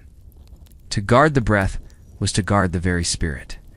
Thus, to sit upright through the night was to hold one's soul in vigilance, to keep it from slipping from the body too soon. The noble, swathed in fur and fabric, might whisper a prayer before letting his eyes close, a request that his breath remain steady, that the night not steal it away. Servants, too, were drawn into this belief. A trusted valet might glance at his lord in the flickering candlelight, checking the rise and fall of his chest. Was the breath even? Was it too shallow? Sometimes in the stillness of night, a servant might lean close, straining to hear the faint rhythm of air. In such moments, the noble's vulnerability was quietly revealed, his life balanced on the fragile motion of lungs, his authority dependent on each slow inhalation. The chair itself was often designed to support this belief. Some had slightly tilted backs, keeping the torso at a gentle angle rather than fully upright so the body could relax without sinking flat. Others had high sides, almost enclosing the sitter to keep the head supported while still leaving the chest free. Every detail whispered the same message. Here, you may rest, but you must not recline too far. To recline was to risk suffocation, and no noble wished to court so silent a death. Imagine the noble stirring at midnight, his head heavy, his body longing to stretch across a bed that waited nearby. He glances at the silken sheets, the embroidered pillows, the soft down mattress but does not yield. The chair, though hard, feels safer. He takes a slow breath, reassures himself that his chest rises freely, and lets his head bow once more. The bed is beautiful, but the bed is also treacherous. The chair, with its rigid posture, is his guardian through the night. This fear was not without reinforcement. Physicians of the time prescribed remedies for crushing of the chest, syrups of honey, and herbs to open the lungs, or powders of dried plants to be burned and inhaled as smoke. Incense was not only ritual but medicine, thought to keep the airways clear. Lavender, chamomile, rosemary all were steeped, burned, or scattered near the sleeping chair, part of the noble's nightly defense against breathlessness. And while today we might smile at such beliefs, there is a certain truth hidden within them. Upright sleeping can indeed ease breathing for those with illness.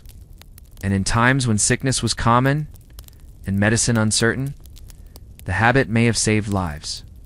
For the noble, however, it became more than medicine. It became tradition, carried on from father to son, mother to daughter, reinforced by memory, by fear, and by faith. So when we picture a noble seated upright through the long hours of the night, we see not only discipline, not only symbolism, but a quiet struggle against mortality itself. Every breath was precious, every slow inhalation a victory against the silent hand of suffocation. And the chair, tall and watchful, became more than furniture, it was a guardian of life, holding the noble above the weight of his own body, above the pull of the grave. And thus, through fear and ritual, through medicine and belief, nobles chose to sleep seated, their bodies upright, their breaths steady, their souls watchful in the dark. For them to rest in this way was not discomfort, it was survival. Beyond the heavy walls of the noble's chamber, the night stretched wide and unbroken. And though stones surrounded him on every side, there were always windows tall, narrow openings set deep into the wall, sometimes framed with colored glass, sometimes left bare to the cold air. From his chair, the noble could glance toward them and find a vision beyond his chamber. The night sky itself, immense, silent, eternal. Imagine the scene. A noble sits upright in his carved wooden chair, robes wrapped tightly, head tilted ever so slightly toward the dark window. The candles burn low, their flames trembling against the draught. Beyond the thick glass, or open slits of stone, the heavens glitter. The stars, countless and patient, look down upon the castle, upon the village below, upon the fields stretching into shadow. To the noble, these points of light were more than ornaments. They were signs, maps, perhaps even voices. The sky was a silent companion through the long hours of broken sleep. For nobles steeped in medieval belief, the stars were not distant suns, but living influences. Astrologers taught that the heavens guided fate, shaping battles, harvests, marriages, and even dreams. To sleep seated near a window beneath the quiet shimmer of the constellations was to remain under their watch, half open to their influence. A noble might glance upward and see Orion's belt gleaming, the hunter eternally poised. He might trace the curve of the Great Bear or search for the faint glow of Pleiades, believing each pattern told a story, each story a lesson. There was comfort in this ritual. When sleep broke after an hour or two, when the noble stirred, and could not sink back at once into dreams, the sky offered its own rhythm. The slow movement of the moon across the blackness, the subtle shifting of stars as the night deepened, these were marks of time gentler than any clock. Watching them, the noble felt less alone, as though the heavens themselves kept vigil. The stars did not sleep, and in their eternal shining, they offered a mirror to the noble's own restless, upright slumber. Consider the silence of such moments. No voices, no music. Only the faint creak of the chair as the noble leaned, the whisper of his own breath, and the wind pressing softly at the shutters. Through the window, a sky scattered with brilliance. Deep stars seemed to glow not with fire but with patience, an unhurried light that reassured rather than dazzled. To gaze upon them was to feel small, yes, but also to feel connected to a lineage, to a faith, to the belief that even in solitude, one was not abandoned. Some nobles sought guidance in the heavens. When dreams came broken, confusing, they turned their gaze outward, hoping the sky would steady their thoughts. Was the bright star of Venus a sign of favor? Did the red hue of Mars foretell conflict? Such questions were whispered silently, half prayer, half meditation. And though answers never came with certainty, the act of watching gave peace, a sense that the night itself carried wisdom. If one only stayed awake long enough to read it, there were practical comforts as well. A window open to the night air brought a freshness into the chamber, the cool breath of wind easing the weight of incense and smoke. The noble inhaled slowly, letting the crisp air fill his chest, reassuring himself once again of his breath's freedom. Beyond the air, there was the distant soundscape carried in. The call of an owl from the forest, the soft splash of water in the moat, the rustle of trees swaying. These faint sounds became part of the noble's fragmented dreams, stitching the world outside to the stillness within. It is easy to imagine how the stars became companions. Each night, the noble saw them return faithful, unchanging, present, even when all else seemed uncertain. He might sit for long minutes, simply watching the moon drift, its pale light brushing the stone walls with silver. The moon, unlike the candle, could not be extinguished. It reminded him that beyond his chamber, beyond his body's fragility, there was a vastness that endured. And so, the act of watching the night sky became woven into the noble's pattern of upright rest. Between short dreams and brief wakings, between whispered prayers and sips of wine, there were always glances outward. The chair anchored him, the robes wrapped him, but the stars lifted his gaze, pulling his mind beyond the confines of stone and flesh. In this way, the noble's sleep was not only about vigilance or fear, but also about wonder. For though the body dozed in fragments, the spirit found its own rhythm half in prayer, half in stargazing, half in dreams. The night was long, but it was not empty. Each star carried him a little further, until the first blush of dawn returned to soften the sky. And the vigil of both noble and heavens gave way to morning.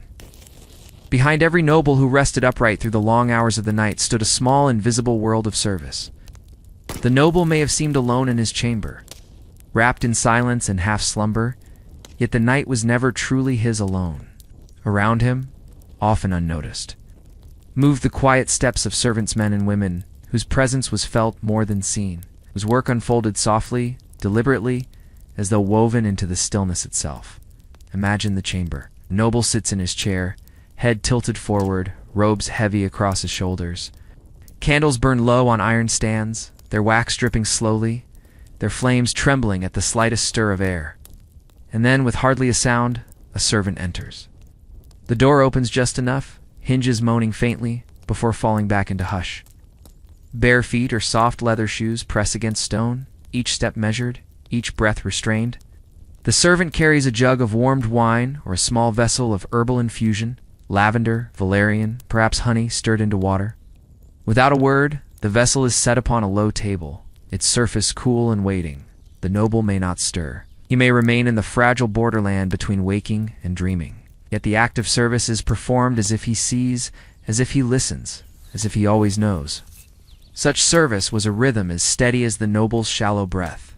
Candles had to be trimmed so their flames would not gutter. Incense, left to burn low, had to be replaced before the air grew too thin or heavy. Robes needed adjusting. furs shaken and resettled, so that warmth was constant. Sometimes the noble's head would slip forward at an awkward angle, and a hand-gentle practice would ease it back, tucking a cushion behind so that sleep could continue without breaking. For the servant, silence was the highest duty. To wake the noble fully was to fail. Their work was to move like shadows, invisible, present only in effect, a candle that never went out, a drink that never cooled too much, a blanket that never slipped too far. Service was not only labor, it was guardianship of rest itself, a kind of quiet devotion. Picture one such moment. A servant kneels beside the noble's chair, adjusting the folds of a fur-lined robe. The noble does not stir, though his breath shifts as the warmth settles more evenly across him. Servant rises, crosses the room, and pauses at the window. He glances once toward the sky, the same sky the noble himself had gazed upon earlier. Stars glitter still, the moon sailing higher, but the servant does not linger, not outward. He draws the shutters a little tighter, guards against the draft, and returns to the door, vanishing into silence once more. These small gestures, repeated night after night, gave the noble's chamber its sense of unbroken stillness. Yet beneath that stillness lived the labor of many hands. The chamber was cleaned each day, so that dust would not irritate the air at night. Herbs were gathered from gardens and fields, dried and stored so that cups could always be filled with calming infusions. Firewood was cut and carried so that embers might last until dawn. What seemed effortless and undisturbed vigil in a tall chair was, in truth, supported by constant, unseen work. There was also a kind of intimacy in this service. Servants knew the noble in ways others did not, how he shifted when dreams unsettled him, how his breath grew shallow when worry lingered, how he preferred the robe folded this way, not that. They watched over him not as equals, but as quiet companions of the night. Theirs was a closeness bound by duty, yet it was closeness nonetheless. In their hands rested his comfort, his rest, perhaps even his survival. And yet their presence also deepened the noble's isolation. For even surrounded by service, he remained apart. He was not permitted to fetch his own cup, not allowed to tend his own fire.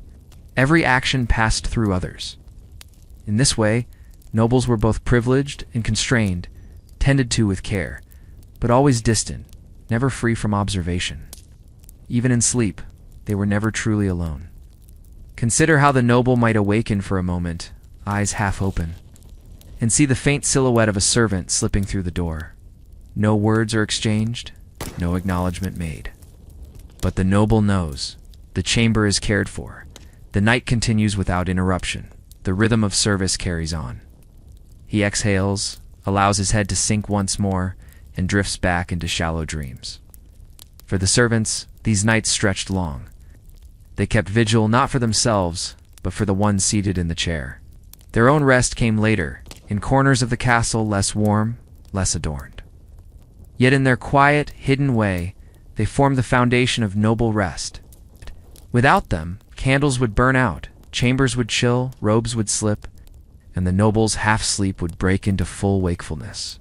Their silence was not absence, but presence of another kind, the steady hand that kept the illusion of unbroken night alive. In this, we glimpse another layer of noble life. To sleep sitting upright was not simply an act of discipline or tradition, it was also a performance, maintained by many hands. The noble appeared as a solitary figure, ever watchful, ever dignified. But behind that image were servants who moved like ghosts, sustaining the silence, shaping the atmosphere, ensuring that dignity was never broken. And so, as the noble dreamed in fragments, his servants wove the night around him. Their steps were hushed, their tasks small, their presence nearly invisible. Yet without them, the chair would have been a harsher prison, the night a colder vigil. They were the quiet companions of his rest, the unseen keepers of his fragile, upright sleep. Within the silence of the noble's chamber, beneath the steady glow of candles and the faint shimmer of the night sky beyond narrow windows, there always lingered something deeper, something unspoken. It was not only the stone walls, nor the servants' quiet steps, nor the noble's own restless breathing. There was a presence shapeless, elusive, a shadow of mystery that seemed to live within the very fabric of the night. For the noble, seated upright in his heavy chair. Wrapped in fur-lined robes, this shadow was felt most strongly in the moments between waking and sleep, when the mind drifted but did not yet surrender, when the body rested but did not yet forget. The air of the chamber seemed to grow thicker, as though carrying secrets unseen. The flicker of flame would stretch across stone, making shapes that quivered and vanished, like figures too swift to grasp. The noble's gaze might lift, eyes half closed, and for an instant he would believe the chamber was not empty at all.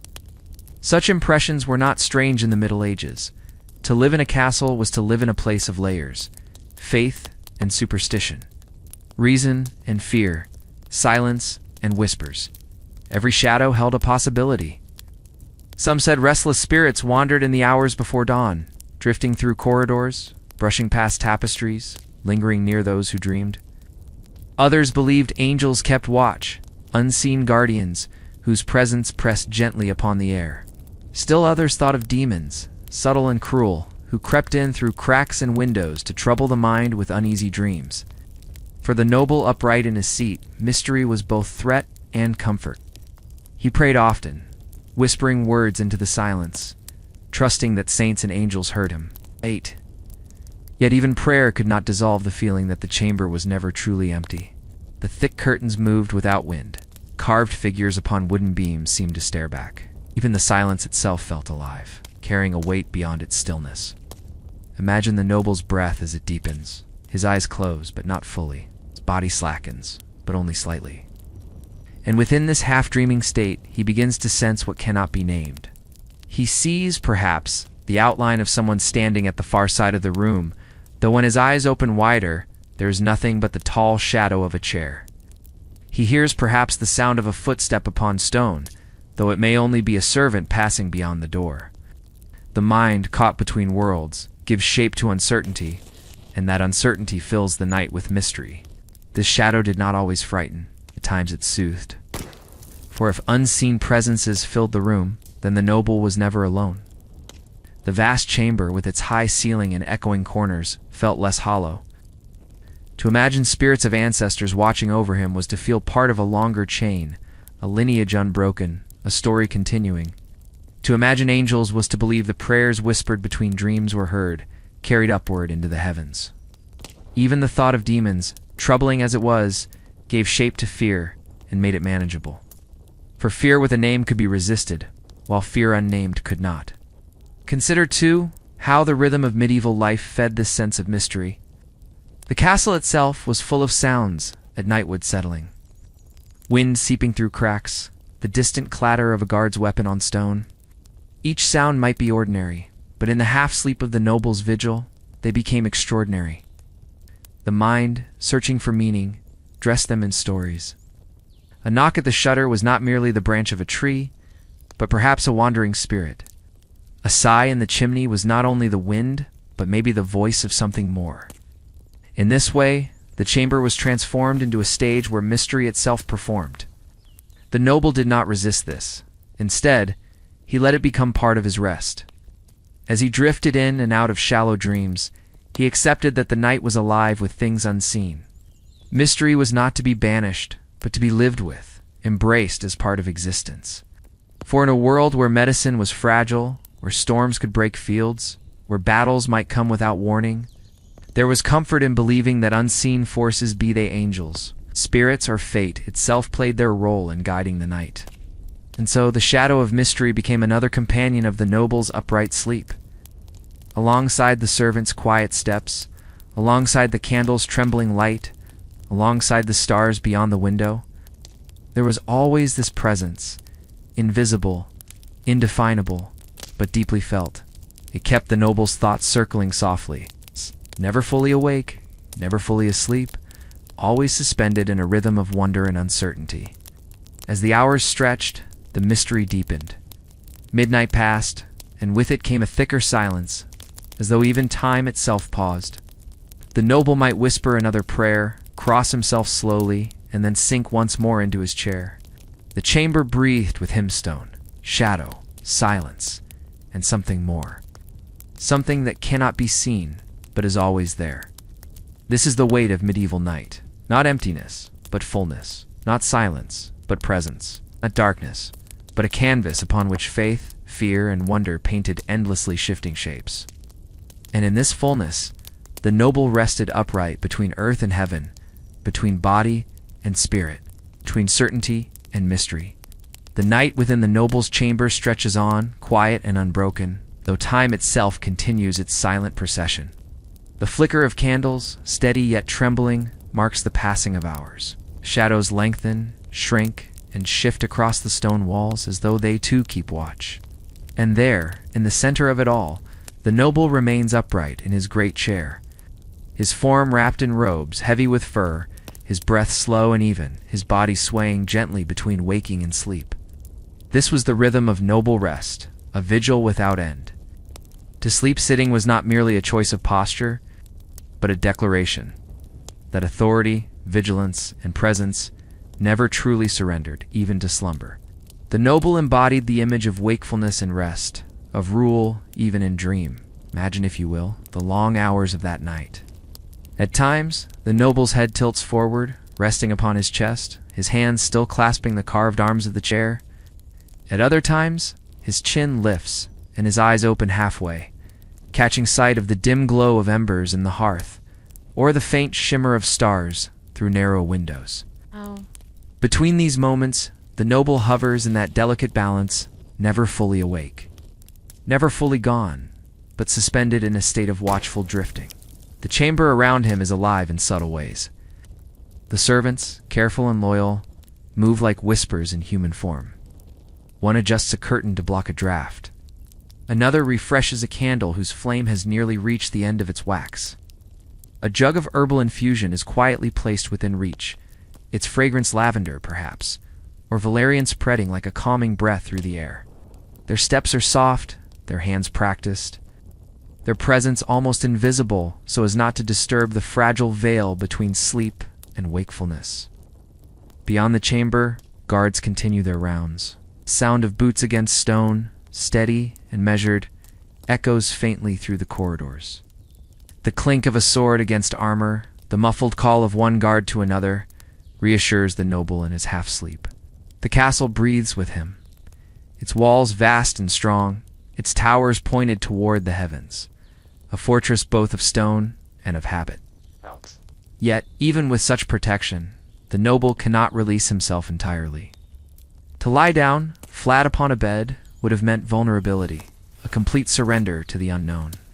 But seated upright, he remains always in between, never entirely defenseless, never entirely gone. This was the endless vigil, the body at rest, the mind alert, the spirit lingering in the space between strength and surrender. There is a kind of dignity in this posture. The chair itself, carved with symbols of power lions, eagles, crosses, becomes more than furniture. It is a throne of sleep, a reminder that even in the quietest hours of the night, the noble does not abandon his station. His people may rest in their beds, lying flat, breathing deeply, forgetting the world. But the noble in his chamber remains as watchful as the castle walls themselves.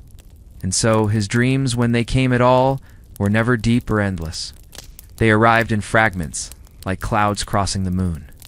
A vision of a past feast, laughter echoing in a hall. The sound of horses in a field, banners fluttering in the wind. A memory of childhood, perhaps of his mother's voice soothing him to sleep, before responsibility had claimed his rest. Each dream was brief, interrupted by the body shifting, the mind stirring, the eyes opening once more to the glow of candles and the press of stone. In this way, the night passed as a series of awakenings. Sleep came in small portions, scattered like breadcrumbs across the hours. He might close his eyes for a short while, then rise slightly to sip wine or water, then drift again into half-consciousness. Time did not move as it does for us now, measured by clocks and precise hours, but as a flow, a rhythm of light and darkness, wake and rest, silence and breath. To us in the present, such a way of life may seem strange, even uncomfortable. We value long hours of uninterrupted sleep, deep slumber that carries us from one day to the next. But for the noble of the Middle Ages, rest was never total. To sleep was to risk. To dream deeply was to let go of control. And so, sleep became something else. A watchful practice, a nightly discipline, a ritual of half-surrender. Picture the noble's chamber near dawn. The candles, once tall, have burned low. Their flames flicker weakly, leaving faint trails of smoke curling upward. The embers in the hearth glow red and soft, no longer casting light but still breathing warmth. The air is cooler now, touched by the chill of morning. Outside, the world is not yet awake, but the sky has shifted slightly the deepest black, giving way to a hint of pale gray. The noble stirs. His body aches from the stiffness of the chair, yet he remains seated, unwilling to leave the posture of vigilance. His eyes open, and he sees the faintest light pressing against the window. The long night has passed, as it always does, though it has felt endless. This was the vigil of the noble, not one night alone, but every night over and over, a rhythm of upright rest that defined his station. And yet in this endless vigil, there was meaning.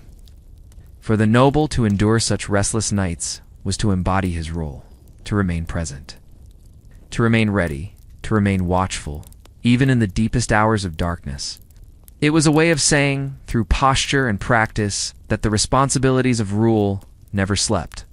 Thus, night after night, year after year, the noble's chamber told the same story, candles burning low, shadows trembling on stone, robes heavy with fur, herbal drinks warm and soothing, servants moving like whispers, guards keeping watch, and the noble himself, eyes half closed, head tilted, body upright, suspended in the delicate space between waking and sleeping, carrying the weight of his station even in slumber. This was the endless vigil, a life lived between rest and responsibility. A night that was never truly night, for within its silence, the noble never fully surrendered. He watched, he waited, he dreamed only lightly, he remained always a ruler even in sleep. And now, as our long journey through the quiet chambers of the medieval night draws to a close, let us pause together. We have walked through the noble's world, step by step, hour by hour, candle by candle. We have imagined the tall chairs carved with symbols of power, the golden flicker of waxlight against cold stone, the layers of heavy robes that replace the softness of blankets. We have lingered with servants moving like whispers, with guards pacing like shadows, with the noble himself, upright, ever watchful, never entirely surrendering to rest. Through these 20 passages of time, we have seen that to be noble in the Middle Ages was to live always between states, between comfort and unease, between safety and vulnerability, between waking and sleeping. Every night became a vigil. Every moment of rest was tempered by presence, by watchfulness, by duty. The noble's world was one where silence itself spoke, where mystery filled the air, and where sleep was never total, never absolute. As we reflect on their way of life, notice how different our own nights have become. Your bed, perhaps, is soft beneath you. The blankets, light or heavy as you choose, wrap you not in the stiffness of duty, but in the comfort of warmth. The air around you is steady, without drafts, without the weight of stone walls pressing inward. The candles have been replaced by quiet lamps, or perhaps only the faint glow of this moment carrying you into calm. You are safe. You are free to rest. Allow this contrast to soothe you. The noble's endless vigil was a posture of responsibility, but it was also a burden. Their nights were filled with interruptions, with shallow dreams, with fears of spirits and intruders. With the heaviness of armor, even when no battle raged, you do not need to carry such burdens. You can let them go. The night before you is gentle. The silence around you holds only peace. The shadows in your room are not watchers, but companions of calm, shapes that drift and vanish quietly as your mind grows heavy.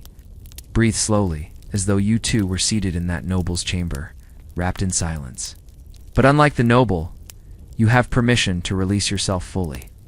With each breath, you may let go a little more. Imagine the candlelight of the medieval room fading into nothingness, replaced by a softer, deeper darkness. Imagine the heavy robes falling away, leaving you light, unburdened. Imagine the carved chair dissolving, its hard edges gone. It's beneath you a surface far gentler, carrying you effortlessly toward sleep. The noble kept watch, half dreaming, through nights that stretched long and heavy. But you, here and now, need not keep vigil. You can allow yourself to surrender completely. There are no guards' footsteps in your corridor, no whispers of servants moving in the dark, no unseen presences pressing upon your mind, only stillness, only calm, only the rhythm of your own breath, steady and quiet. And as you drift further, you may find that the noble's world becomes like a distant story, a faint echo of stone and candle, of fur-lined robes and golden shadows. It grows softer, like parchment curling at the edges, like a song fading into silence. Their endless vigil belongs to another time. Yours is different. Yours is filled with release. Notice the way your body feels now. It's heavier perhaps, sinking into the support beneath you. The muscles unwind, like ropes loosening from a ship's mast. Your hands grow still. Your shoulders soften. Your breath becomes the only rhythm that matters, rising and falling gently, like waves upon a shore. The noble slept upright, always alert. You may lie back, surrendering fully, allowing yourself to be carried wherever dreams will take you. Let the repetition of their nights, the candles, the shadows, the chair fade into the background. Let it become a distant murmur, far away, almost forgotten. All that remains is calm. All that remains is stillness. All that remains is rest. If your mind wanders, let it drift. If you recall fragments of what we have spoken mysteries of spirits, the weight of robes, the silence of stone halls, let them pass like clouds across the night sky. They do not cling to you. They do not demand your attention. They drift by, gentle and unthreatening, as your body grows heavier and your thoughts grow quieter. The noble endured nights of endless watchfulness. You do not have to. You are free to close your eyes fully, to sink into the softness of your own night. Free to release control, to let sleep take you fully, gently, completely. There is no need to remain half awake, no need to hold vigil. You are safe. You are warm. You are at peace. And so, as this story settles, as the echoes of another age fade into silence, let yourself be carried. Imagine the candles extinguishing one by one, until there is only darkness. Imagine the chamber dissolving, its stone walls gone, leaving you in a space without edges, without weight. Imagine yourself floating, untethered, calm, at rest. This is your time now. The noble's endless vigil has ended, but yours does not need to begin. Your night is yours alone, quiet, restful, free. Surrender to it, breathe deeply, allow sleep to come, slowly, softly, completely. And if perhaps you still linger on the edge of waking, remember this, the night is patient. Sleep will come, as it did for nobles in their chairs, as it does for you in your bed. Go. Rest, drift, and know that you are safe here in the quiet embrace of night. Sleep well, sleep deeply, sleep peacefully,